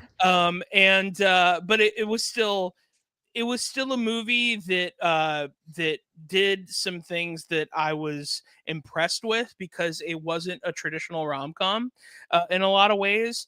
And I just genuinely just liked Chris Evans in it. I thought that he was really good at being Chris Evans, if that makes any sense. All right. What else? We'll rapid fire these. Yeah, the only other thing, and I was gonna put it in here, it's just I didn't know whether to say that it was a TV series or not because it's a 2-part documentary and it was called Pee Wee as Himself. It's a good one. That was a good doc. Doc. Yeah. So those are my honorable mentions. Mike, what did you got for your honorable mentions? Honorable mentions. I'm gonna go through. Well, first I want to say Tron Ares can go fuck itself. What a garbage movie that was. It looked good. It looked great. It looked good and it looked fun, but it was just like the opposite of what a Tron movie should be. It was so terrible. And Jared Leto, stop putting him in things. Did you like part 2? Did you like the second Tron movie? Yeah, I loved Legacy. Okay, just want to make sure. I was just asking. Yeah. I really like Legacy. Also, Daft Punk. The Nine Inch Nails soundtrack was good, but the Daft Punk soundtrack was so much better. Here's my wife. I'm going to give you my wife watch list because these are movies that I would never watch. I would never choose them on the list, but I got exposed to them because of my wife. The Materialist is one of them. There's one called Shell there's like a bunch of horror things about being beautiful and like turning white, like getting the substance made a bunch of that. If I Had Legs, I'd Kick You. That was anxiety inducing. Regretting You, wife watch. All That We Love is a wife watch that made my wife ugly cry, and it's about dogs and attachments to them, and it's bad. It's rough. Oh, What Fun, Christmas movie with Michelle Pfeiffer. Would have never watched it. The Housemaid, I ended up finishing catching the end of it because it's definitely different than what I thought it was going to be. The one with Sydney Sweeney and whatever that girl. And another wife watch was Sydney Sweeney and the girl who is not Sydney Sweeney. Yeah, I forgot her name. Amanda Seyfried, that's who it was. Yeah, boobs and eyes. Those girls. Boobs and eyes, big and round. The Downton Abbey, the grand finale. That was another wife watch for my honorable mentions. Oh, and another one called Drop, which I ended up watching. The whole thing was about a murder mystery set in like in a restaurant or whatever, where someone's airdropping stuff. Oh yeah.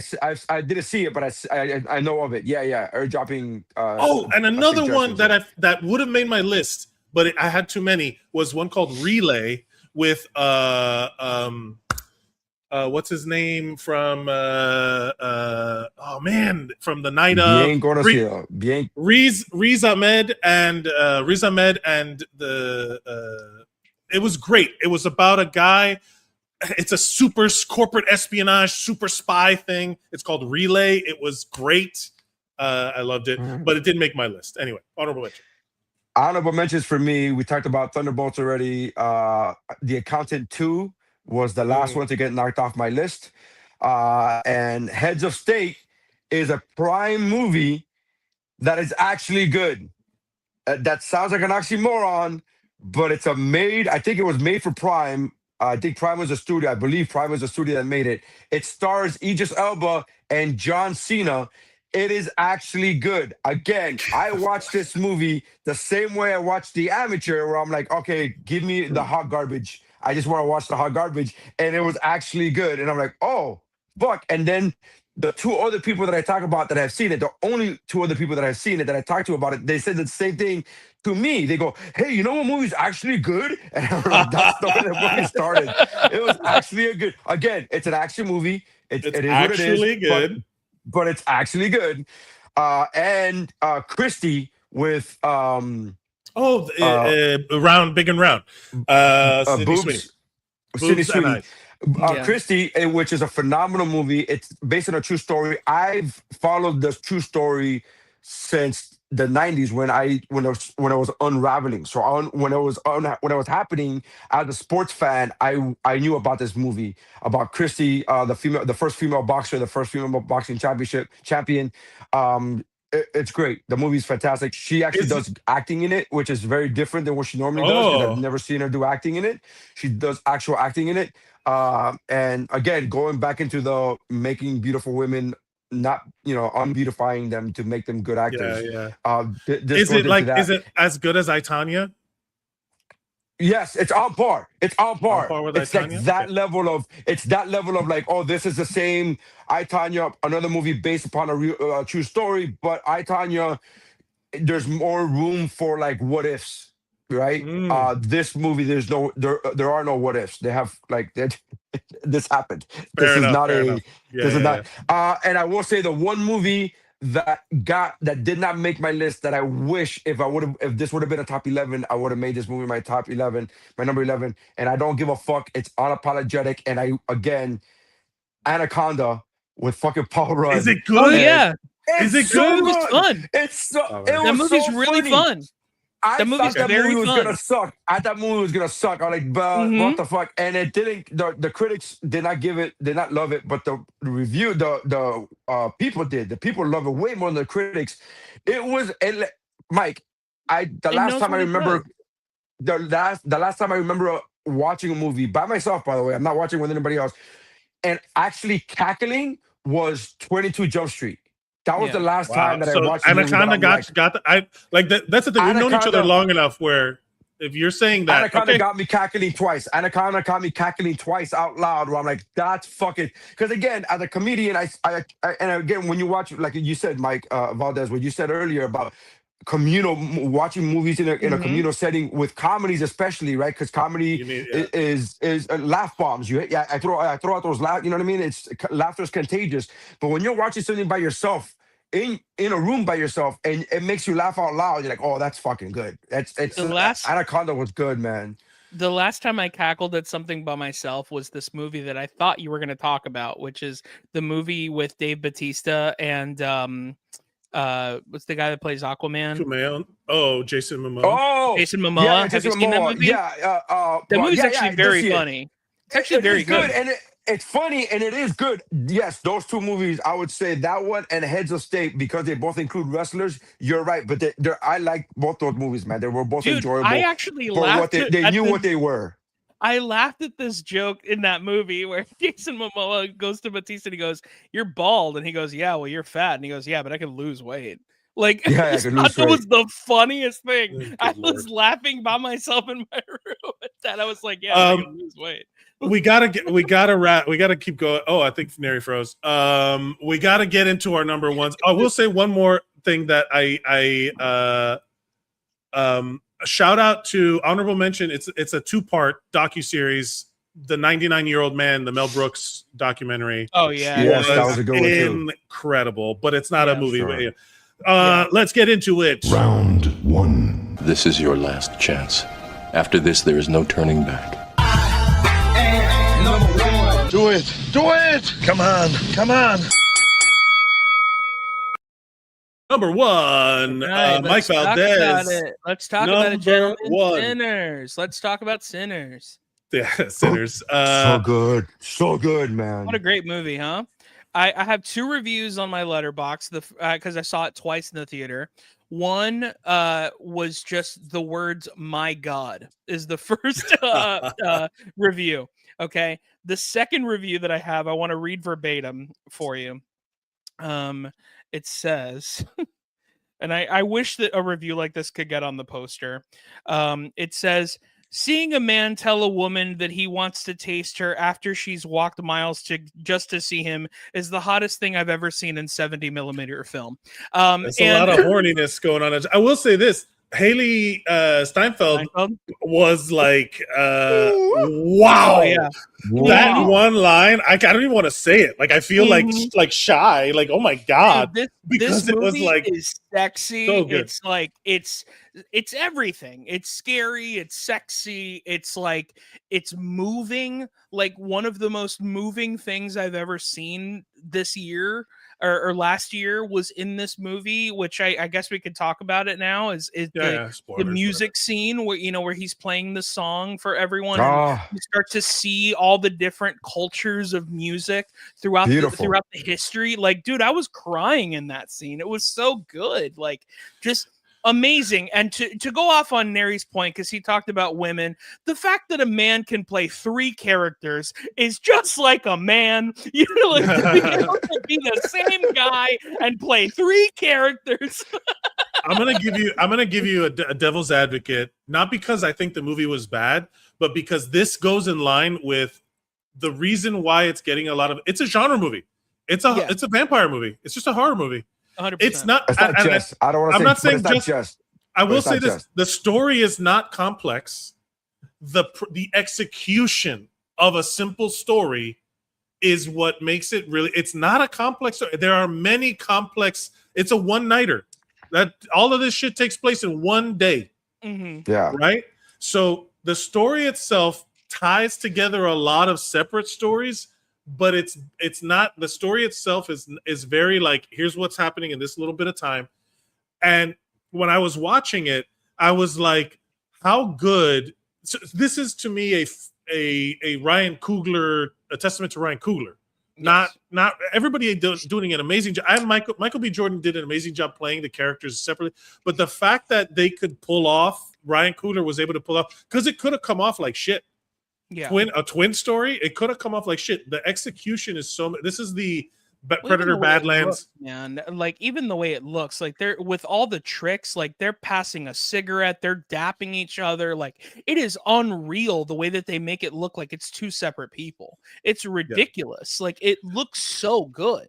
Like I will say, and you believe it. Like you believe the fact that it's 2 separate people, even though we know that's clearly Michael B. Jordan, one of the best looking people on the planet. 100%. It's such a weird thing that we like, oh no, that's Smoke, no, that's Stack. And then we do like it's such a it's lower on the list for me because it does. There is a moment where they show the vampires doing music, the Irish, like it has a parallel to it, like it shows like this other separate thing, the history of Mumford and Sons and all that stuff. But I do think that a lot of this, like the technical, I'm not going to shit on the Sinners, it's an incredible movie. If anything, I'm nitpicking things. It's fine. It has 16 Academy Award nominations. It's okay. I'm not. They don't care about my opinion. Yeah, but it did not get a Mercadal award. Yeah, it did not get a Mercadal. It's number 4 on my list. It's on my mountain. If you want to put it that way, it's a good of 20. Yeah. So, but I will say it. The one thing is I have to give it credit for all it did.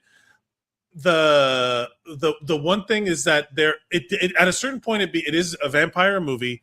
But an incredibly well executed vampire movie, and once everything starts to unravel, it's an action movie.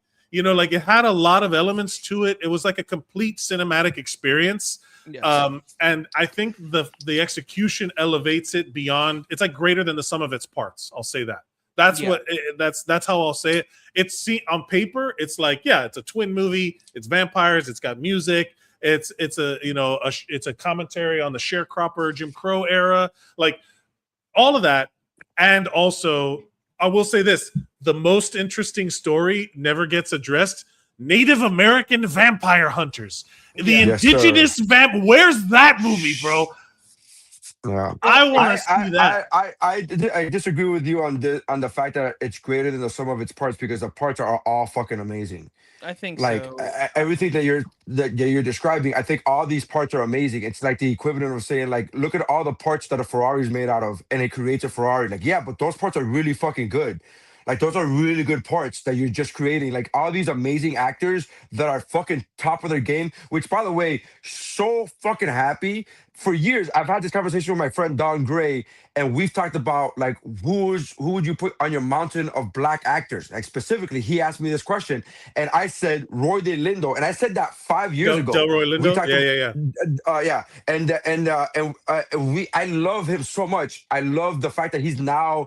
I don't know about now, because everybody who's known about him knows he's been great. It's not like it's not, but just now it feels like now people are finding out about Brandon Fraser. Like, no, but he's been great. Like, yeah. But let's reaffirm that. Let's reaffirm the love for the Lindo, because he's so good.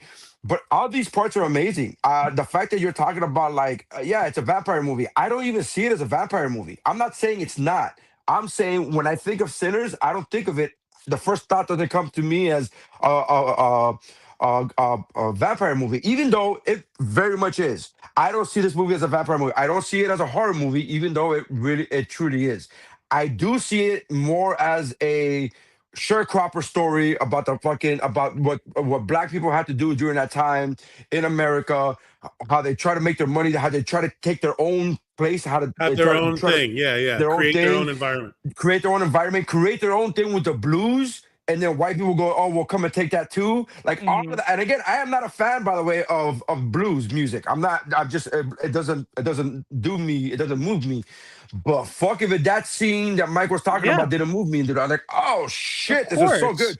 You are right. The execution is top tier, but everything else involved is also top tier. Like, it's on my list. It's my number 4. Yeah. I'm being exclusionary beyond the fact that I'm just like, because I'm wrapping my head around a lot of the stuff that, again, like the movies, like when Interview with the Vampire came out, and that, like, what I'm saying is that every other genre film, like, it's a vampire movie, but it's not the vampire movie or horror. Like, that doesn't limit its ability to create these amazing things. This is a perfect example of that. Like Frankenstein, like even what was the comedy, like Fackham Hall and like other performances that, like these things are all Predator. Yeah, it's just all these things.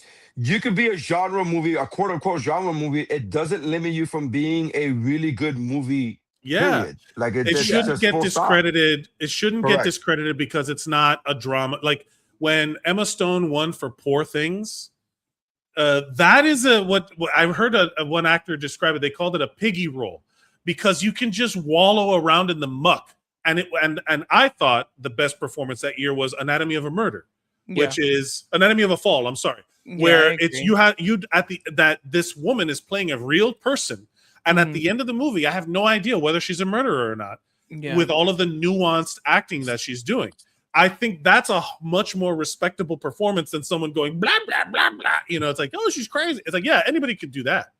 Not everybody can do it well, but there's the performances in sci-fi, in fantasy movies. Like they deserve the credit. You're going off of the system now. You're going off of the system. And I'm with you. That's my thing, Nary. I go against systems. I think just real quickly, I wanted two real quick things. One, I just wanted to say to kind of give not credit to Mike, but just to kind of like ease what Mike is saying here. It's the movie is quite like a painting where when you look closer at it, it's made of dots. You know what I mean? Sure. But from behind, it's this picture, it's this portrait. But then you look closer and you're like, oh, this is actually so many things I didn't see the whole time, you know, because Right. like it's not only about that, like it's also about a guy who plays in church and his dad doesn't want him to play real music, and then he goes off and plays real music and then realizes that he's possessed by the devil and breaks the guitar at the fucking end of the movie. Sorry, spoiler alert, but that's like it's about a lot of things. It's not just about, you know, vampires and, you know, sucking the life out of you and all that stuff, but it also is about that. So every genre is a platform for storytelling. The genre shouldn't discredit the ability of those performances to move you, right? That, which is the prime that what you just described is the prime reason why I get very upset when people discourage or discount animated movies as quote unquote real 100%, movies. 100%. And they go, oh, it's that's not a real It's for movie. I'm like, what are kids. you fucking talking about, dude? Yeah. Like anyways, yes. Anyway, the only we other got, thing like, I that's was, the only yeah. other thing I was gonna say was this movie is nominated for 16 Academy Awards. Do we think that that is the award? What do you mean? The fact that it's even nominated? The fact that it's nominated 16 times and it broke records, do we think that is the award that it's going to get, and it's not going to get any awards? I don't think it's going to get any awards because I think I am convinced that the system, it just likes the smell of its own farts. They like agree. that movie with Emma Stone, where she was the movie that Mike just talked about. Begonia? Poor no, Things. the other one. Poor Things. I tried watching that movie. I couldn't get It's through the it. same director as Begonia. and I literally thought, as I'm watching Poor Things, I go, "Oh, this makes sense why it was nominated." I can't stand it. I hate it. Like it's trash. But it's it's like trash pretending to be art, or it's like art pretending to be trash. I don't know which one of those things. And I'm just like, it's not my thing. But yeah, It's I not don't think my it, thing.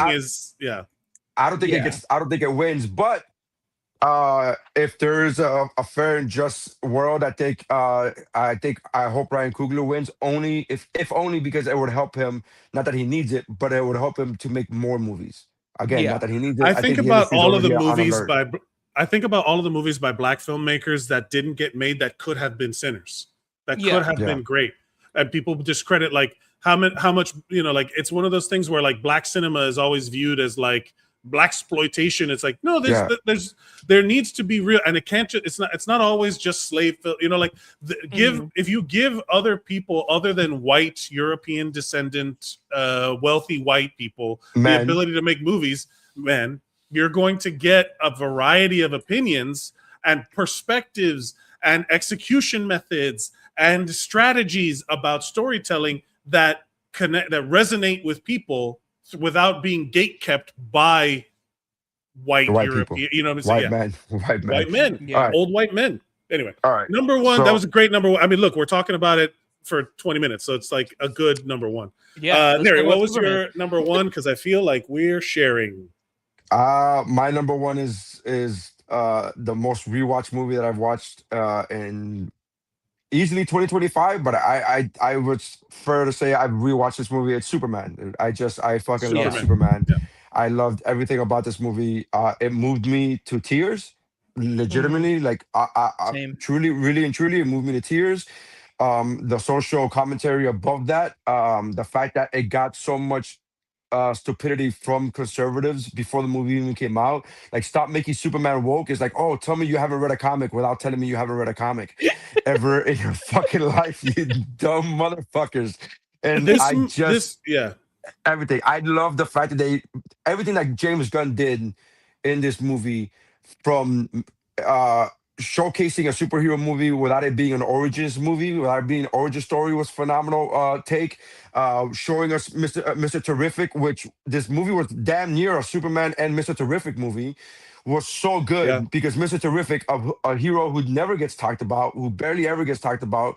He was in Arrow. He was in the Arrowverse for a little bit, but they do it so much better here, and it's just the fact that kindness, the message of kindness, being a superhero, being that's the new superpower. Kindness is a super like that. Just moved me, man. It moved me. There's not a lot of movies that make me want to be a better person. Yeah. And Yes. I was watching this movie and I was like, I felt joy at the idea that other people would also see this and try to be good. Like, Yeah. there is a genuine lack of kindness in the world. And to watch a movie where, like, I think we fucked society by trying to redeem villains and make them sympathetic. Yeah. Like, villainy, like, just because you have, like, there are plenty of people who have sad childhoods that don't turn into murderers. You know what I mean? There are plenty of people we can't, like, there was such a weird energy about, like, reclaiming certain villains and making a sympathetic villain that it creates a lot of the stuff that we see online right now where, like, oh, the Empire is fascist, unite America.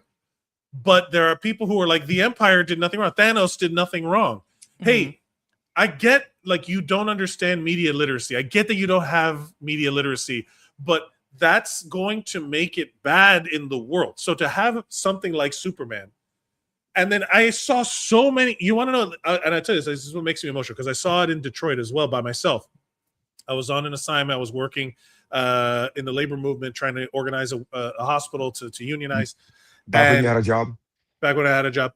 Ironic. But I was on a project. It was just a project, short term. But I was out there, and when I left the movie theater, how many people were holding the door for each other? I was like, this movie is about, like, it was such an important, because that's what Superman was about, fighting fucking Nazis. It was about a young Jewish kid feeling oppressed in the world. Like all of the stuff that superheroes are about fighting oppression. So whenever everyone was talking about how, oh, Henry Cavill's the best Superman, blah, blah, blah, blah, blah. And I'm like, hey, I get the performance was good. But the idea of Superman is to be a good person. If you have all the power in the world and you're a god, to still be good is the point. Right? That's the power fantasy. I remember, so being a unapologetic and self-proclaimed Snyder fan, which is not what it means to the universe. I just like Snyder movies. It doesn't mean that I'm that guy that hates everything else. I hate the fact that that's become that. Yes. Right? Like, if you say I'm a Snyder fan, people automatically assume that then you hate James Gunn. Like, no, that's not what that means. You don't have to pick a side. You don't have to pick a side. You could just like things. You can like everything. It's such a weird thing. You can like all of the things. I can like a lot of things. So I'm a Snyder fan, and I'm a big fan of Henry Cavill as Superman. I wish he would have gotten more of a chance to expand on his role, right? With that said, I'm watching this movie, and my review of it, when my friend asked me, what'd you think? I said, it's the most Superman movie Superman has ever been. It's the most Superman, even more so than the Christopher Reeves. It just gives off this aura of hope, which is what Superman is supposed to be. He's that cheesy, corny fucking Cub Scout. He's that guy. That's the guy. And we try to make him cool, but in reality, the reason why he's cool is because he knows he's a nerd and he's okay with it. And he helps people regardless. And he helps people that would not help him in return. He helps people that would not hold the door for him, but he would hold the door for him. That's the fucking magic of Superman. I've said this for 1,000 years on this podcast and everywhere else I can imagine. People will go, "Oh, Superman's your favorite superhero," and I would say yes, but not for the reasons you might suspect. It's cool that he flies. It's cool that he's strong. It's cool that he does all of these things. It's cool that he has heat vision. All of this, I love all his superpowers, but I am a fan of Superman, and Superman has always been my favorite superhero, with the exception of middle school when it was Wolverine. But he's always been my favorite superhero because of the things. Because he has all this power and he chooses to help people. Yeah. That to me is his superpower, and it's always been his superpower. Is like the fact that he could be a god and he doesn't rule over us is what makes him special. It's because also he was raised. That's the aspect of, like, becoming more than what you were born to be. In this movie, he realizes that he held on to this idea. This is another thing that was very precious. It was very obvious to me that people lost, is that when he found out that his history was based on wrong information, he sought out to change his perspective, not force the wrong thing onto others, right? He learned that his parents had sent him to Earth to take over, but because of the fact that he was raised by kind and good people, he was like, that's not what I want to be. I was wrong. I'm going about my understanding. I'm going to change my understanding to continue to find ways to be good and make it okay by learning who my real parents were and not putting weight on this idea that ended up being fake, right? Like once you're wrong, once you realize you're wrong, like once if you continue realize to do it, that the ideology that you had was incorrect. Like if you voted for somebody who you thought was going to be good, but is actually really bad and evil in every sense possible, you could. It's okay to name change your mind. names. It's okay to change. Release the list. The whole thing, bro. That's the thing. Media literacy is so dead that you can't even mention it. Like it's like, oh, that's like it's woke to change your mind when you learn you're wrong. Yeah, like, dude. that's crazy. It's crazy. But this movie was all about so good. the humanity of Superman. Yes, and that scene almost broke me, dude. That scene when he says, "I'm more human than you," like that scene almost broke me. I was like, "Fuck, yes, dude." And again, it's so weird because they lowered his power down. He's not a god in this movie. He's not like you know what I mean. And there were still some flaws. I still don't understand how the nanobots did not suffocate him. Whatever. We're not gonna get into the specifics. Whatever. Yeah. But the fucking fact that. Like, oh man, it was just good. It was so good. It's number one for a reason. I wish Hawkgirl was more involved. That's my one critique on it would be, or one of my critiques would be like, I wish Hawkgirl was more involved.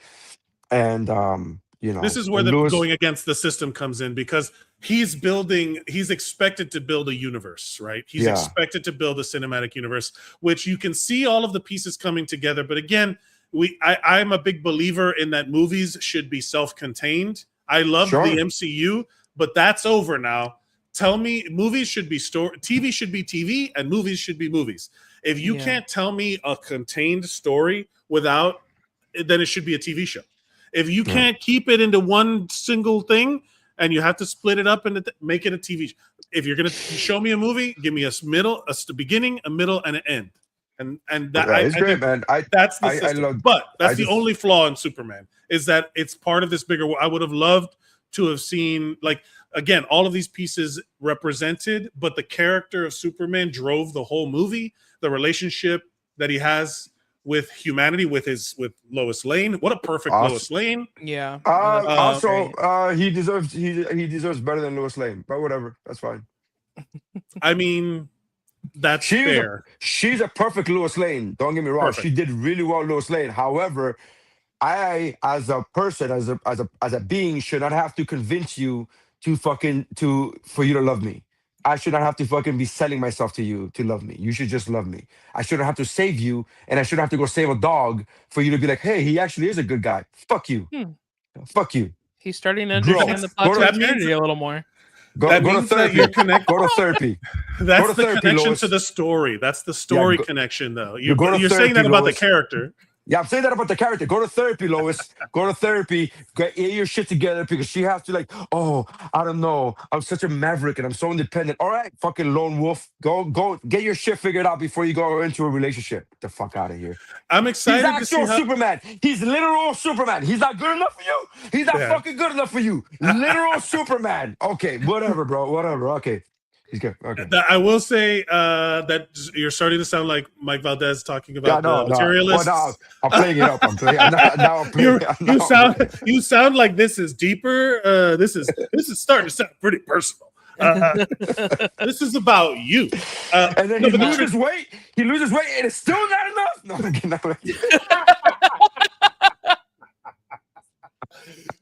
What movie is this?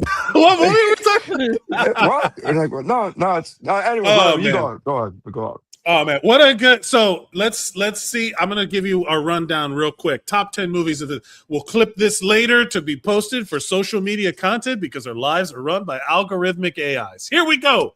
Mike Valdez, what was your 10 through 1? I had Begonia, The Naked Gun, Companion, K-pop Demon Hunters, Eternity, Weapons, Friendship, One Battle After Another, Superman, and Sinners. Nary, go. I had The Amateur, Good Fortune, Code 3, Black Bag. Number 6 was Ballerina, Eternity, Predator, Badlands. My number 3 was Sinners, then F1, the movie, and my number 1 movie of the year is Superman. That's right. My 10 through 1. 10, Fackham Hall. 9, Rental Family. 8, Thunderbolts, asterisk. 7, Is This Thing On? 6, Weapons. 5, F1. 4, Sinners. 3, Frankenstein. Starting to sound like the movie phone guy. 2, Predator, Badlands. That's what I thought you were doing. And 1, Superman. I was just doing announcer voice. I'm like, oh, that's the movie phone. Hey, Gen Zers, ask your parents about movie phones. Yeah. For number 2, for Superman, press 2. For rated PG-13. Number 5, F1, rated R. You know I'm right. That was when you would hear the trailer, and when you would hear the trailer. I'm Brad Pitt. Get down! The quality through a telephone. Guys, this was just a joy. Thank you so much. We're gonna be let's do this again sometime. We're back, baby. Mike Valdez, thank you. Is there anything you'd like to plug before we go? No, you can just follow me on Instagram at Mike Valdez. It's been on my it's my handles here. And you can go to thekidfromup.com if that is something that it suits you. You can see my shows and all the other stuff that you need. Great. Go to wicked.com too. Go to wicked.com as well. Try to get my job back. Everything is whatwashisname.com. That's what. Yeah, that's right. Everything is down Follow me there. at Mike Mercadal on everything. At WUBro Pod on everything. It's also down there somewhere. That's right. We appreciate you joining us. Thank you so much. And give us and if you're watching this in the comments, give us your top 10. Give us your thoughts on Fight With Us because we need algorithmic engagement. Let's go. Did we miss any movies? Dismount? Let us know if we missed any movies. Let us know what movies you would watch that you saw that maybe we didn't mention, and let us know how wrong we were about any of our movie picks. Let us know all of it. Thank you for checking us out, man. We appreciate you. We love you, and that's how winning is done.